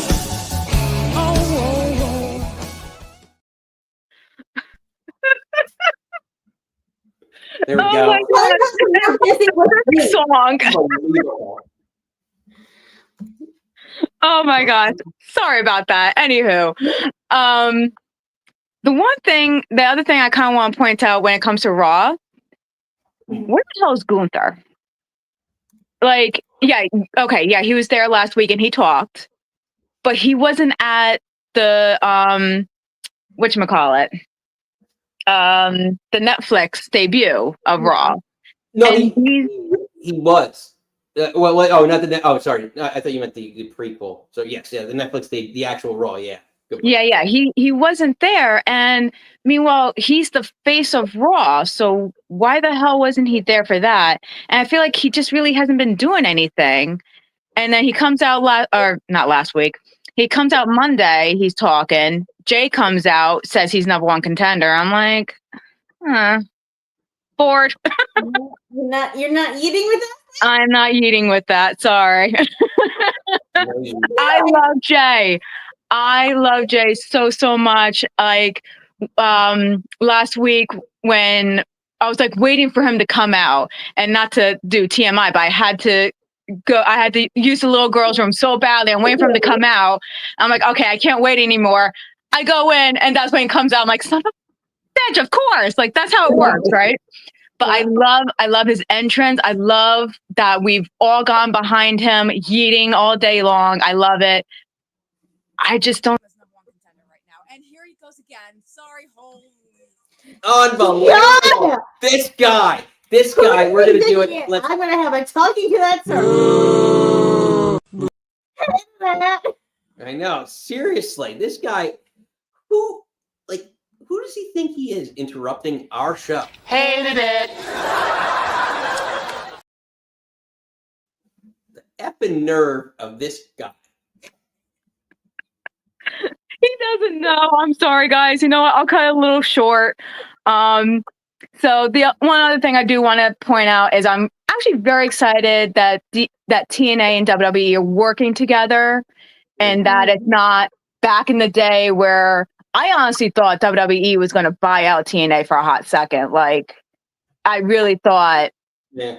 the way it was going. Or that was their. She wanted to buy all the things. Yeah. He wanted to buy UFC. Not. That's right. I thought he. Okay, I digress. Lisa, go. Sorry. No, it's okay. So no, I'm actually very, very excited about that, and I'm really hoping that we do see these little crossovers on Raw, on SmackDown, in the pay-per-views of seeing TNA wrestlers coming in, and I'm not talking about TNA wrestlers that are kind of well-known, established, but I'm talking about these new up-and-comers that get their little spotlight for a hot second in WWE and maybe even become a little bit more than, what they are. So Exactly. It's kind of like the same idea with like the performance center, not the performance center, the training, like them adopting all the training schools. Like you want to have more opportunity for other The people. ID program. Yeah, the ID program. So that's what, you want to have more opportunity for everyone, and that's what it creates. Like, and at the end of the day, if that's what happens, you'll have more wrestlers that get more exposure and more creative things will happen. Different crowds, different matches, different everything. Nikki Exactly. said, rising tides raise all ships. Raise it up. raise it, raise the roof. Lisa, well put. As always, regular. Cheers to you. I adore you. I love you. Love you. You lady are cut off. Yeah. And your significant other, I only have one thing to say to him. Is your little chicken tender slut?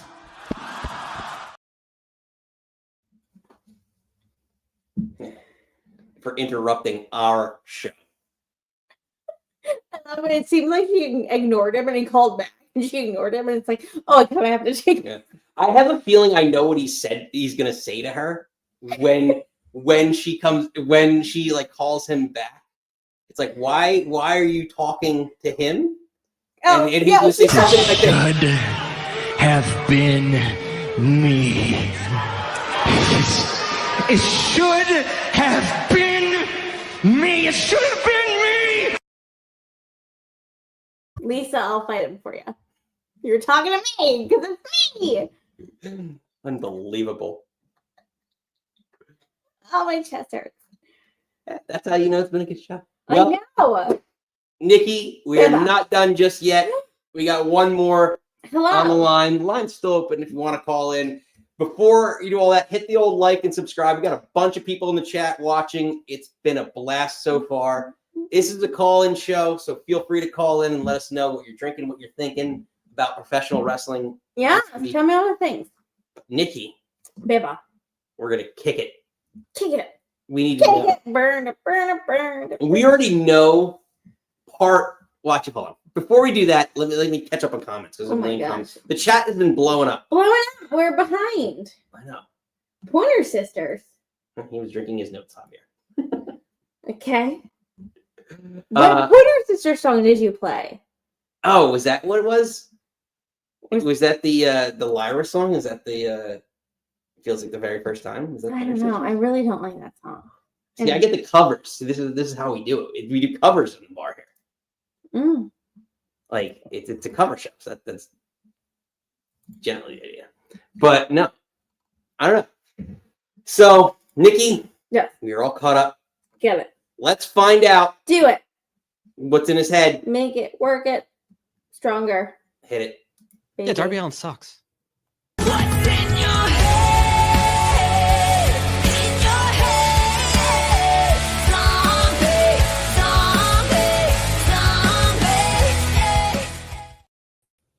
That kills me every time.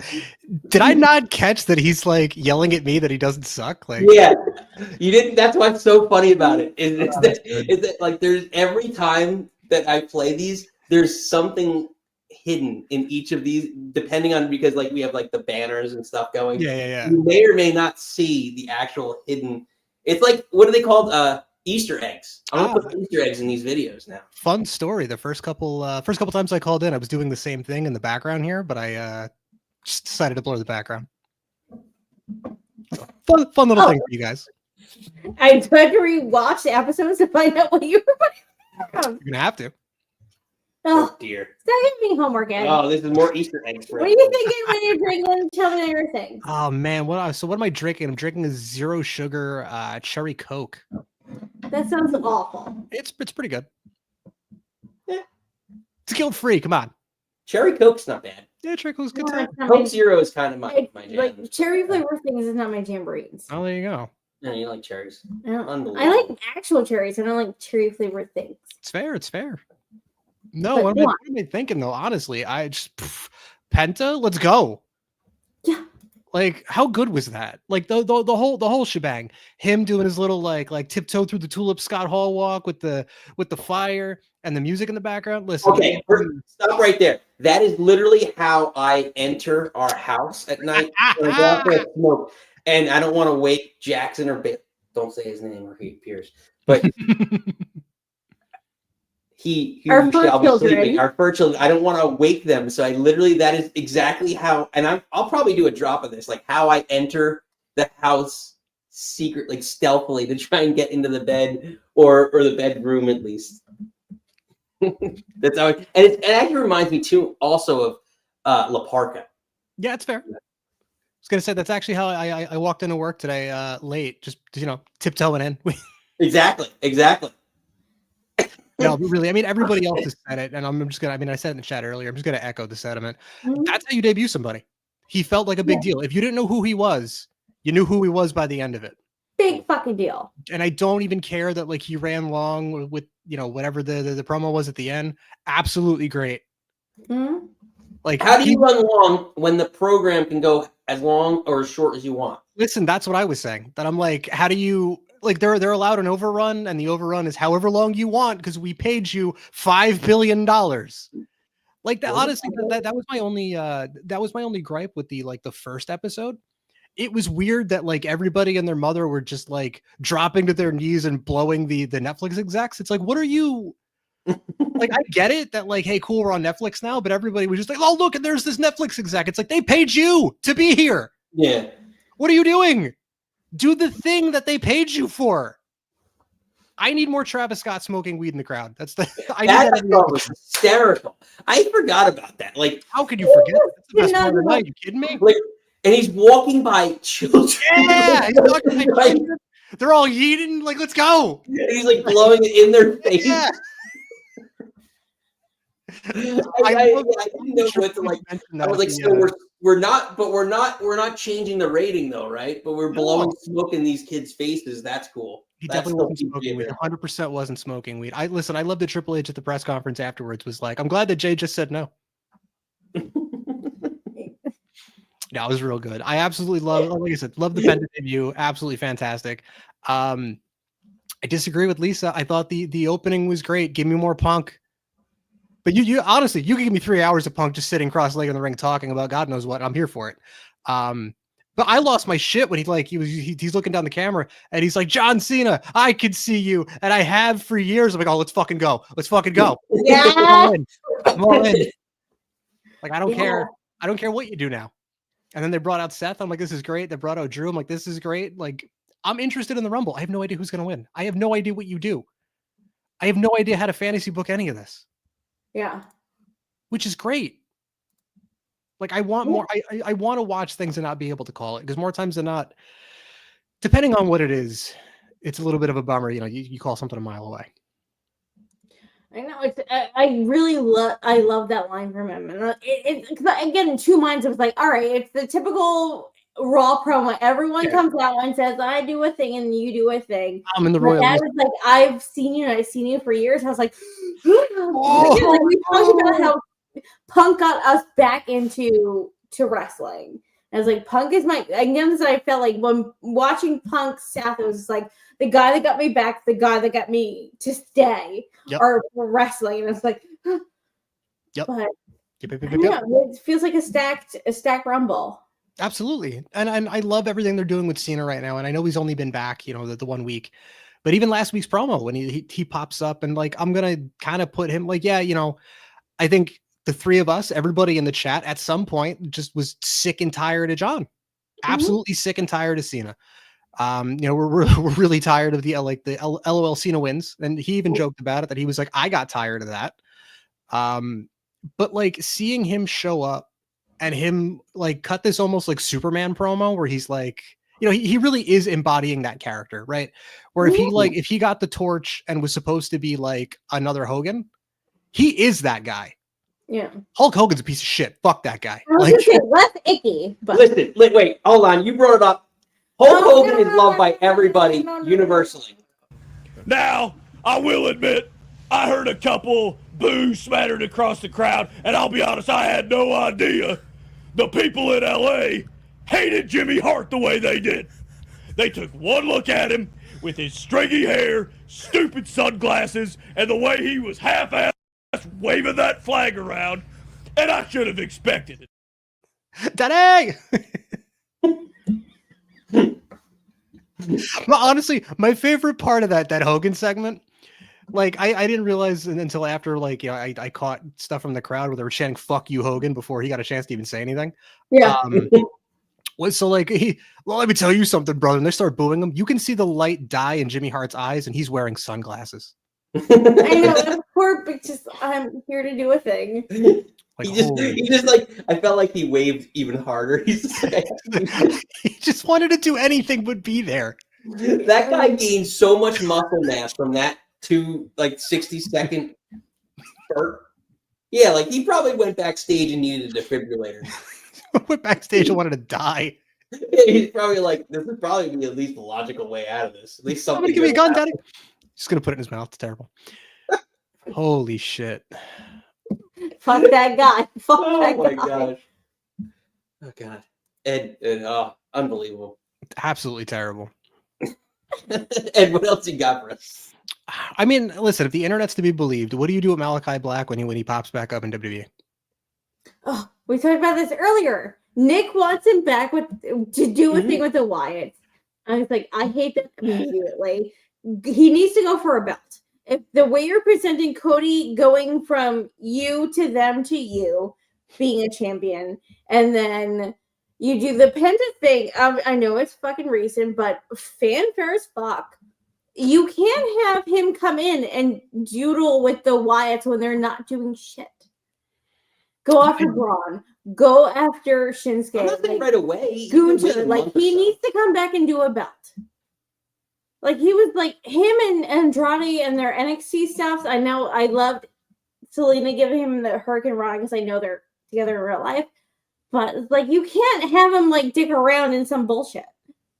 Yeah, and I don't know what that is because there's too many people, right? Like, I feel like they now have the AEW problem where, like, not everybody can be champ. You can't push everybody. You're right. You should bring this guy in, but what do you do? What do you do with Aleister Black when he comes back? Do you because you're already sort of kind of doing like the spooky, maybe some kind of supernatural like martial arts guy with Karrion Kross.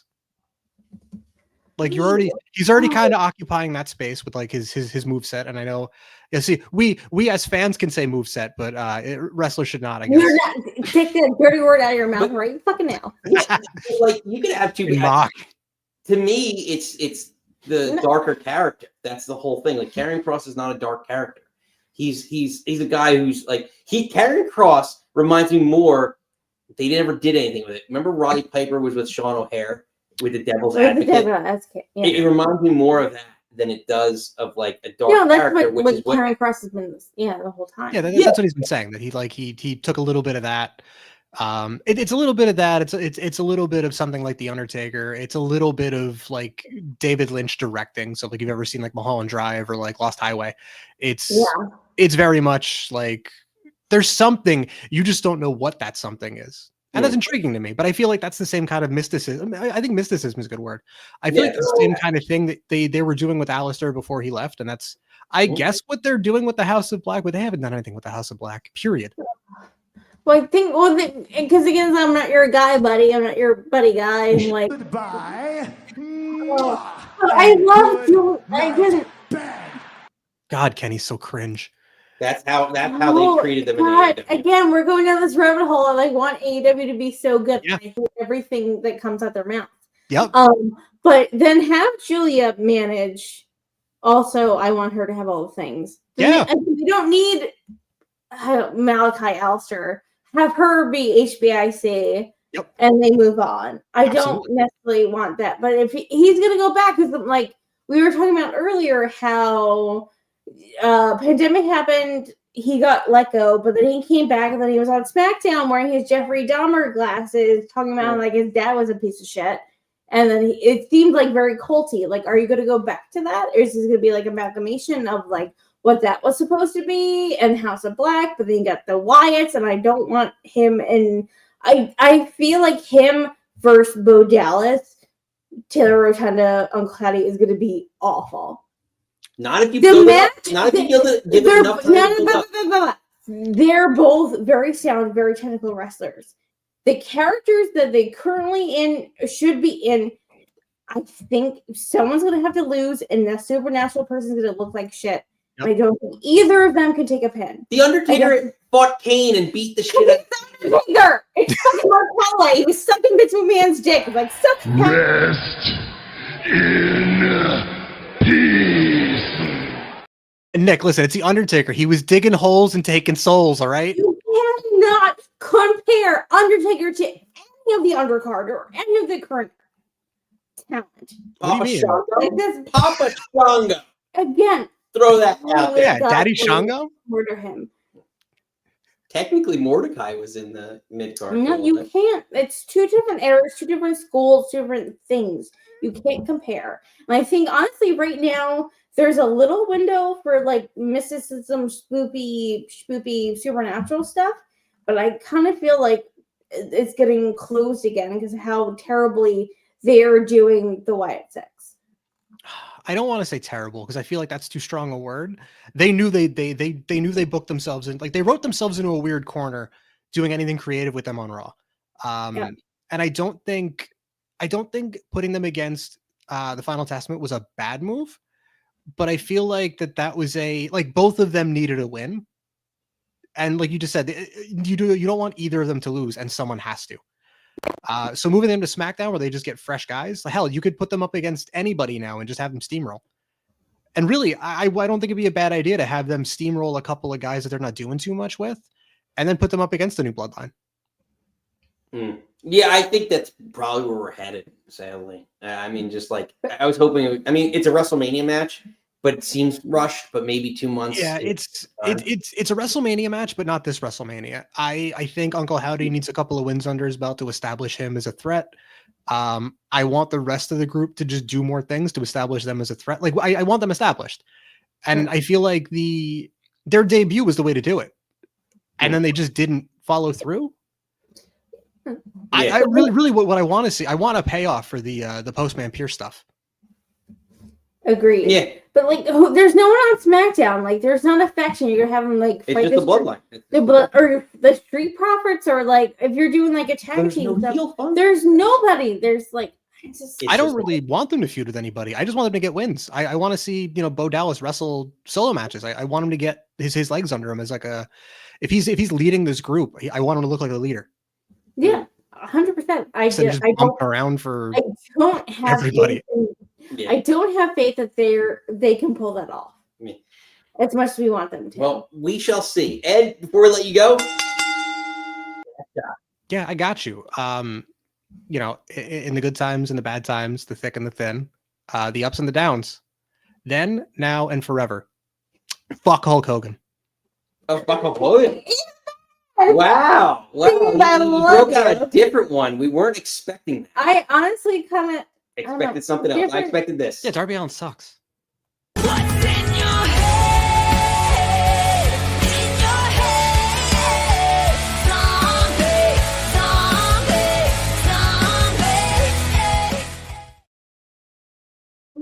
All right, Nikki, we got time for one more before SmackDown kicks off in just about 5 minutes. So let's bring him in. He has some takes that go all over the world. He's from the Planet Texas podcast. He's got some out of this world takes. Let's bring in Javier.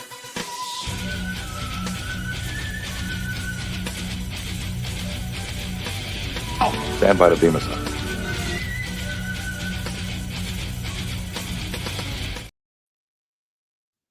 Javier, welcome back in. What are you drinking? What are you thinking, buddy?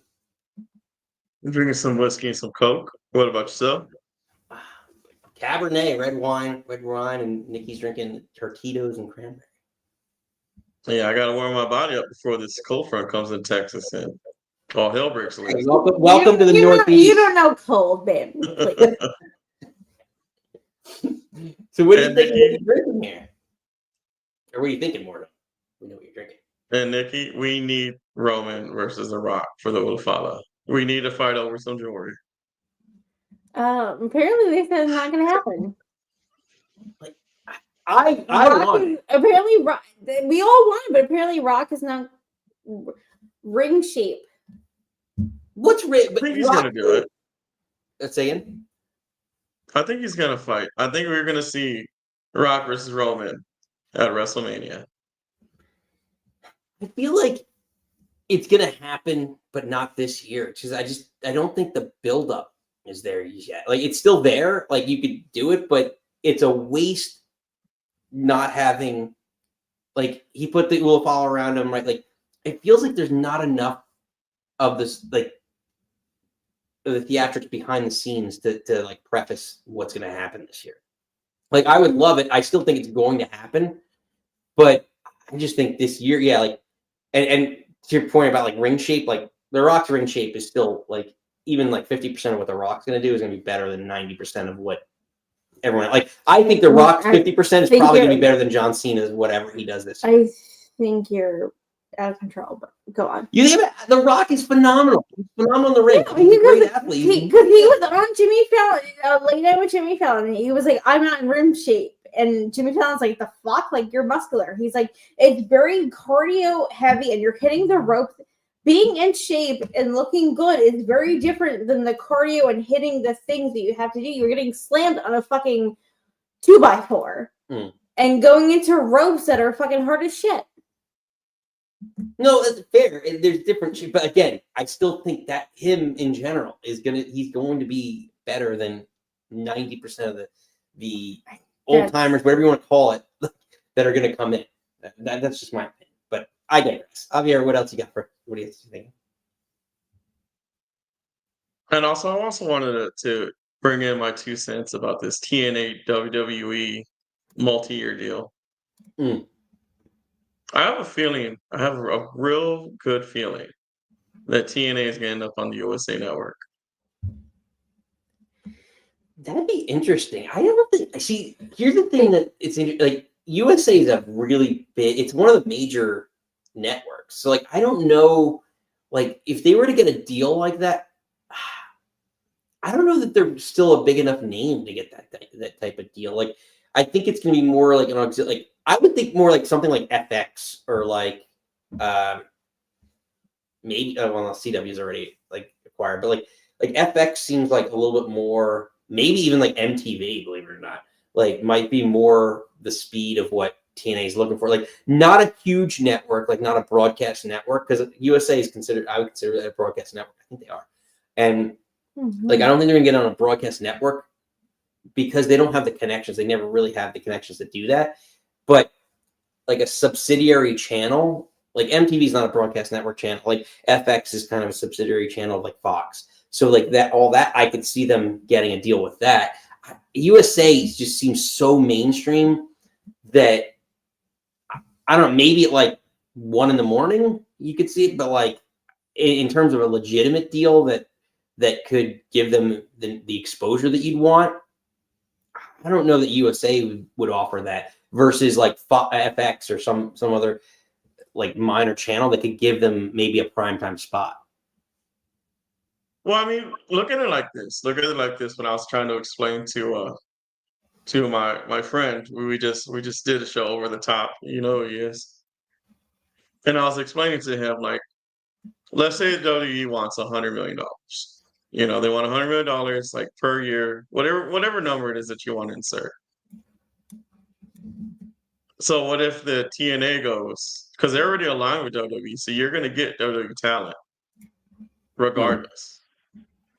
And there has to be something bigger. There has to be something more detailed in the works other than you getting NXT wrestlers. Like I fully expect HBK to show up on TNA television. Who did you say? MGK? No, HBK. Oh, HBK. MGK was like Machine Gun Kelly. Fully expect Shawn Michaels to show up on TNA television. I fully expect AJ Styles to show up Fuck out on of here. TNA television. But like, what's Shawn Michaels gonna do? Like, just as like a personality? No, just like because there's gonna be an NXT versus TNA show eventually down the road at some point. So why not have him come out there and introduce it? Fuck out of my face. I mean, he could. I just think. I mean, Shawn doesn't do like I'm. Shawn Michaels is my favorite wrestler. Like to me, him coming out, it's not like even the same thing like Shane McMahon coming out in WCW however many years ago when WCW. It's not going to bring the ratings just to see Shawn Michaels. Like same thing with like Eric Bischoff. Like Eric Bischoff was on NXT a couple weeks back. I didn't give a shit to watch NXT because Eric Bischoff was on it. If he's not wrestling or doing anything significant, like he's not really that big of a personality that's moving the needle for me. Like Shawn Michaels not wrestling to me doesn't do enough. Like I get what you're saying because he's like the GM, like the leader of the show, but doing that on a TNA show with the head of another company doesn't really move the needle for me. Well, it doesn't necessarily need to move the needle. We just need to set up a big deal when it comes to TNA versus WWE. That's kind of like the goal. Like it's very because like there's a lot of questions with this multi-year deal. Like, how much leeway does TNA really have when it comes to WWE? Well, probably not. I mean, they're the smaller companies. They probably don't have as much as WWE, obviously. Go ahead, Nikki. Sorry. No, I think that's kind of the thing. It's just like there's no way. It's like WWE is gonna run this ship, and I don't think they're gonna get some deal or do whatever. Like Shawn Michaels is not gonna show up on a TNA event. Like again, that's what we were saying before. It's a significant difference, but from the kids that go from NXT to TNA and the kids that come from TNA to WWE. Significant difference. No, I mean, you can't see Chad Gable showing up on TNA and competing for the World Championship in TNA. I mean, he could, but like, it's going to be more likely people that aren't used on WWE than like that's why I say AJ Styles. He's not been used on WWE and he has value to TNA. That like Chad Gable, yes, it would be nice for him to challenge and they'd have a great match as like a crossover. But if he's in storylines in WWE, at least major storylines, whether it's Penta or wherever he's with now, and they have ideas and goals of building up American made, they're not going to push them to TNA. TNA is going to get I don't want to say again, your NXT kids. That's the thing. Yeah. It's very much their champions come up, our growing kids go down. Yeah, but the point I'm trying to make, the point I'm trying to make is we just can't have NXT guys on TNA. If you make this kind of deal that spans out, I think you have to have main roster people. And I'm not saying like, oh, put John Cena on TNA because like I'm just messing with people when I say that. I really don't mean John Cena show up on TNA television. But like there's actual realistic people that we could probably see on the main roster. Like the Motor City Machine Guns, you're telling me they couldn't just show up in like an open challenge? Well, that's the point though. Like kind of to your right. So Motor City Machine Guns, they're an ex-TNA tag team, just like AJ Styles not doing something right now on the main roster. If AJ Styles is in a feud or any legitimate feud with anyone who on the main roster that could make them money, he's not going to TNA. He's going to TNA for a one-off and a short feud and to put over somebody. That's where, like, so to your point, yeah, Mercy Machine Guns, but they fit that mold because they were already in TNA. So them going back over can elevate them as a main roster talent. But the NXT people, it's like the Nathan Frazier's, the Axioms. Yeah, I think that's those also guys very will much at the press release. It was the NXT TNA. Like, they're not getting main roster. Cody Rhodes not going to TNA. Like, it's all the younger baby kids to show up at TNA to get some different flavorings. But I get what you're getting at, though. Like, if it really is a partnership and equal partnership, yeah, they should get main roster guys that would put over, because again, you're getting their top tier versus we're giving them our lower tier, our developing talent. But at the end of the day, it's the similar. I view it like, again, I look at it like baseball, like Major League Baseball, right? Like, it's one of those things. You have AAA, you have your farm system, and you have your major leagues. And WWE is viewed as the major leagues, and TNA, as close as they want to be, is never going to be WWE. So there's still anyone in TNA, whether you're a world champion or not, is still going to be viewed as a mid-card talent in WWE as an outsider, no matter how big. Even AJ Styles came in. He was the biggest name to come in from TNA, and he came right in. He had a good run in the Royal Rumble, but he went right to the mid-card. Like, that's exactly how you're viewed. And I don't know. That's kind of my little spiel on it, but I don't know. Go ahead. Like, even AEW right now in their main event scene is basically WWE. Right, but that's the thing. You can be a mid-carder or a low-card guy in WWE and be a main eventer everywhere else. That doesn't mean you're a bad wrestler or anything like that. Like, there's a lot of talent. Like, Ed called in last week. He was talking about Swerve. Like, in AEW, he thinks he's a main eventer in AEW, but in WWE, he thinks he's a mid-card guy. It's perception, you know. So it's how you're booked and things like that. You get a reset when you go to that different brand in general. But Javier, sorry, go ahead. Sorry, I just expect more when I read this press and it says multi-year deal. I'm not happy with just having NXT guys, because that's only goes so far so long before that gets sour. Yeah, but if you're going to produce a good feud, then it works. Like, I feel like the roster changes so quickly and so much. Like, they could absolutely keep it fresh. Yeah, for sure. Javier, before we let you go, because we're bleeding into SmackDown here, last shot. I want to tell everybody that we're going to have a prediction for the year. Everybody's invited. They just have to message me, and we're going to get everything lined up, and we're going to have an episode of predicting 2025 in wrestling.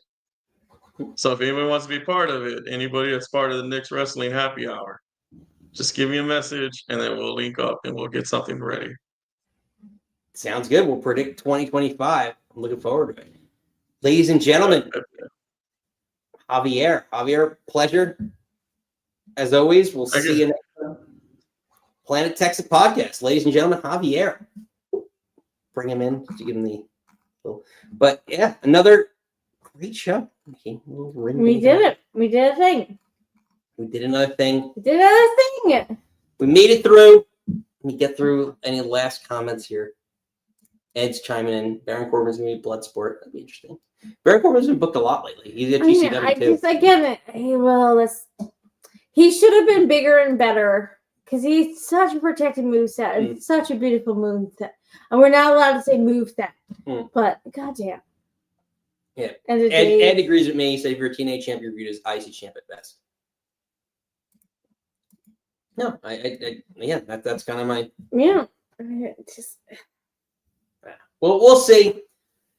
But Nikki, we're bleeding in too much here. The 3 hours. This has gone longer than we anticipated. A lot longer than we anticipated, but it's always overrun time. Overrun time. I'm gonna have to cut your time. But I had something funny to say and it didn't come out. Because they were like, "Oh, your bit went too long. We'll have to cut for something else." I just feel blessed. All that said, though, incredible team effort, and I feel so lucky and blessed to have this opportunity and be here and be part of this. Everyone here, give yourselves a round of applause. This is unbelievable. Thank you, guys. Well done. Well done, everybody. Pleasure, as always. Thank you, Lisa. Regular. Love you, girl. More than words. Representing the female population of this audience. No. Get it. Not the female hosts. But, again, was a great one. We appreciate you all for joining us. We are here every Friday, 6 p.m. Eastern Time. Before you leave, hit the old like and subscribe if you haven't already. Make sure you do that. We will be back here. What's 7 days from today? 24th? Math is hard. Yeah, I think so. We'll be back here next Friday, the 24th, as we creep ever so closely towards the Royal Rumble. Wrong month. Wrong month. Well, we're creeping closely.